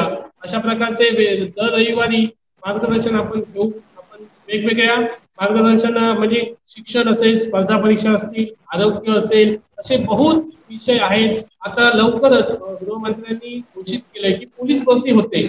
या पोलीस भरतीच्या विषयावर पण लवकरच मार्गदर्शन आपण घेणार आहोत. नेटकर साहेब पण माझ्या पाठीशी आहेत, आपल्या सर्वांच्या पाठीशी आहेत. त्यांचं पण मार्गदर्शन आपण वेळोवेळी घेणार आहोत. त्यानंतर विविध कार्यक्रम, विविध उपक्रम असतील, विविध विषय असतील. या विविध विषयांवर त्या दिवशी एका ग्रुपवर मी बघितलं की शेअर मार्केट विषयी मार्गदर्शन हवंय. नक्कीच सर, शेअर मार्केट विषयी पण लवकरच एका रविवारी मार्गदर्शन घेतलं जाणार आहे. शेअर मार्केट खूप मोठं आहे, त्यामध्ये एक रविवार आपल्याला पुरणार नाही, पण आपण त्याची पाठ करून आपण नक्कीच त्या शेअर मार्केट शिकण्याविषयी आपण आत्मनिर्भर होण्यासाठी आपण नक्कीच प्रयत्न करूया. आपला समाज प्रयत्न करणार आहे. सर्वांनी साथ देऊया, सर्वांनी एकत्र येऊया. एकमेकांचे पाय न ओढता आपण एकत्र एका ठिकाणी एका व्यासपीठावर येऊन सर्वांना आपण मार्गदर्शन करूया, जेणेकरून आपण सर्वजण या उपक्रमात सहभागी होऊन आपला समाज किंवा आपले मित्रमंडळी, आपण सर्व व्यक्ती, समाज असं नाही, हे सर्व समाजोपयोगी आहे. हे सर्व समाज आपला सिंधुदुर्ग कसा उज्ज्वल होईल याविषयी आपण लवकरात लवकर आपण एक चर्चासत्र किंवा सिंधुदुर्गमध्ये आपण एक एमपीएससी यूपीएससी संदर्भातलं एक मोठं भव्य मार्गदर्शन आपण आयोजित करणार आहोत. नक्कीच मी तुम्हाला ग्वाही देतो आणि आशाही व्यक्त करतो की आपण लवकरच या संदर्भाचं मार्गदर्शन आपण एक घेणार आहोत. जाता जाता शेवटचा एक सरांना मी प्रश्न विचारतोय की आपल्या महाराष्ट्रातील युवक वर्गासाठी अन्य काही असा थोडक्यात संदेश आपण द्यावा, जेणेकरून तो संदेश आपल्या सर्व महाराष्ट्रातील युवक वर्गांच्या लक्षात राहील. असा एक छोटासा संदेश सरांनी शेवटच्या भागामध्ये द्यावा. प्राजक्त, या कार्यक्रमाचा आता शेवट आहे किंवा आपण शेवटच्या चरणात आहोत, तर काहीतरी इनोव्हेटिव्ह असायला पाहिजे. तर मी एक आपल्यासमोर एक मुळात मी शिक्षणामध्ये तर मी प्रयत्न केलं, त्याच्यानंतर मी गाणी सुद्धा गातो किंवा ऍक्टिंग सुद्धा करतो, असे विविध कलागुण माझ्यामध्ये आहेत. तर मी एक छोटस एक पंक्ती बोलेल की जे आमिर खानचं एक समथिंग पिक्चर मधलं गाणं आहे ते, तर त्याच्यामध्ये ते गाणं कसं आहे, तो गिटारवर गाणं गात असं तुम्हाला आठवेल, मी आता ते बोलतो. त्याच्यामध्ये पापा कहते हैं बड़ा नाम करेगा, बेटा हमारा ऐसा काम करेगा, मगर ये तो कोई न जाने कि मेरी मंजिल है कहाँ. पापा कहते हैं बड़ा नाम करेगा. तर लक्षात ठेवा, या पंक्तीमध्ये काय मेसेज दडलेला आहे. प्रत्येक पालक वर्गाला अपेक्षा आपल्या मुलांनी काहीतरी करावं, प्रत्येक विद्यार्थ्याला अपेक्षा की आपल्या पालक वर्गासाठी काहीतरी करावं. कधी करणार? जोपर्यंत तुम्ही पुढे येणार, मानसिकता बदलणार, काहीतरी इनोव्हेटिव्ह करण्याचा प्रयत्न करणार, त्या संकुचित विचारसरणीला कुठेतरी फाटा फोडून आधुनिक विचारसरणीचा अवलंब करणार, तंत्रज्ञानाचा उपयोग चांगल्या गोष्टींसाठी करणार, चांगल्या व्यक्तींना ऐकण्याचा प्रयत्न करणार, विविध जे आपल्या शैक्षणिकच्या दृष्टिकोनातून किंवा करिअरच्या दृष्टिकोनातून विविध पर्याय आहेत त्यांचा आपण अवलंब करणार. केवळ एकाच जॉब किंवा एकाच पर्टिक्युलर परीक्षेसाठी न थांबता इतर परीक्षांसाठी सुद्धा आपण जास्तीत जास्त प्रमाणात आवेदन करणार, अभ्यास करणार. तिमिरातून त्याच्याकडे माध्यमातून आपण त्यात समाविष्ट होऊ शकता. तिमिरातून त्याच्याकडे उपक्रमाचे व्हॉट्सअप समूह आहे, फेसबुक समूह आहे, टेलिग्राम समूह आहे. तुम्ही टेलिग्रामवरती @तिमिरातून त्याच्याकडे जर असं आपण टाकलं तर त्या तिमिरातून त्याच्याकडेच्या व्हॉट्सअप टेलिग्राम समूहात आपण समाविष्ट होऊ शकता. प्रत्येक जाहिरातीमध्ये बॉटमला माझा नंबर दिलेला असतो, एकुलता एक नंबर आहे, पाहिजे तुम्ही आताही तो लिहून घेऊ शकता. 999969657820. हा माझा एकुलता एक मोबाईल क्रमांक आहे, ज्यावर आपण संदेश पाठवा, कॉल करवा.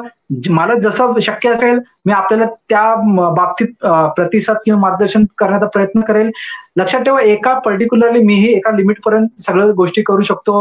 ज्या पूर्ण महाराष्ट्रामध्ये जे सर्व मुलांना मार्गदर्शन करणं किंवा वैयक्तिकरित्या सर्वांना एक एक गोष्ट समजावून सांगणं माझ्यासाठी अतिशक्य गोष्ट नाही. त्यामुळे आपल्या क्षेत्रात आपणच मार्गदर्शक म्हणा. आणि ह्याचे जे आतापर्यंत जे चाललेलं होतं की ग्रामीण स्तरापर्यंत किंवा एखाद्या दूरदराज म्हणजे एका क्षेत्रापर्यंत का पोहोचत नाही, त्यांना अवेअरनेस का होत नाही, तर तुम्ही स्वतः पुढाकार घ्या.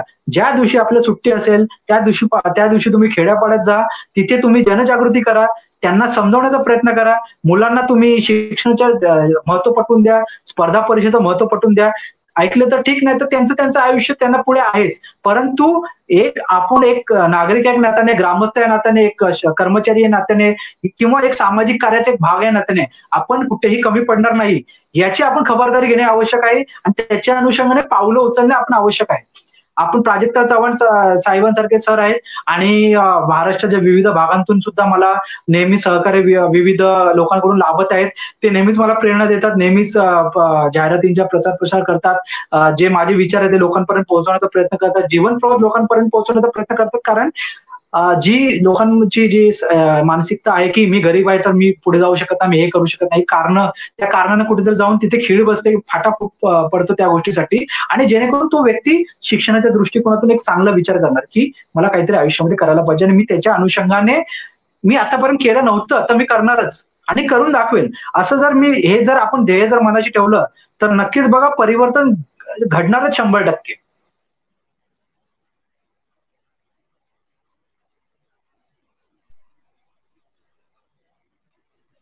धन्यवाद सर. पिंटू जाधव सरांनी पण आपल्याला या उपक्रमाला शुभेच्छा दिलेल्या आहेत. त्यानंतर अजित पवार पण सर म्हणतायत की दोन्ही संस्था चांगल्या उपक्रम राबवत आहेत, त्यांनी पण शुभेच्छा दिल्या आहेत. खामकर सर पण म्हणतायत युवकांना दिशादर्शक असं मार्गदर्शन आहे. धन्यवाद. बऱ्याच आपल्या मित्रमंडळींनी, बऱ्याच श्रोत्यांनी याचा लाभ घेतलेला आहे. चांगल्या प्रकारे उपक्रमाला शुभेच्छा पण दिलेल्या आहेत. असं उपयुक्त मार्गदर्शन भारतीय चर्मकार समाज या राज्यस्तरीय संघटनेच्या संघटनेच्या माध्यमातून असं उपयुक्त मार्गदर्शन आपणास दर रविवारी भेटणार आहे. आपण दर रविवारी संघटनेच्या फेसबुक पेजवर, फेसबुक अकाउंटवर उपस्थित राहा. आपला लवकरात लवकर याचा रिप्लाय देता येण्यासाठी मी माझा मोबाईल नंबर तुम्हाला देतोय, तोही नोट डाऊन करून घ्या. 9029 हा माझा व्हॉट्सअपचा क्रमांक आहे. तसेच फेसबुकचा अकाउंट आयडी आहे, फेसबुकचा पेज आहे, सबस्क्राईब करा. त्यामध्ये पण आपण हा जो व्हिडिओ आहे काही लोकांना वेळेअभावी पाहायला भेटला नसेल,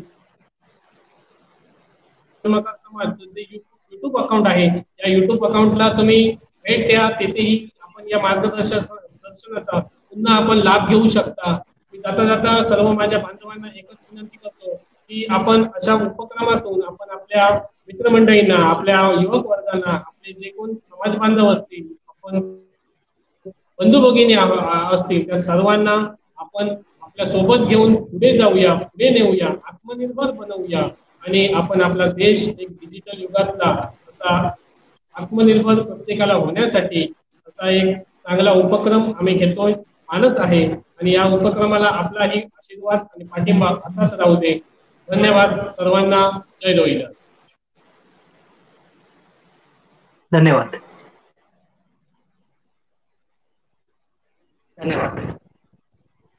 नमस्कार.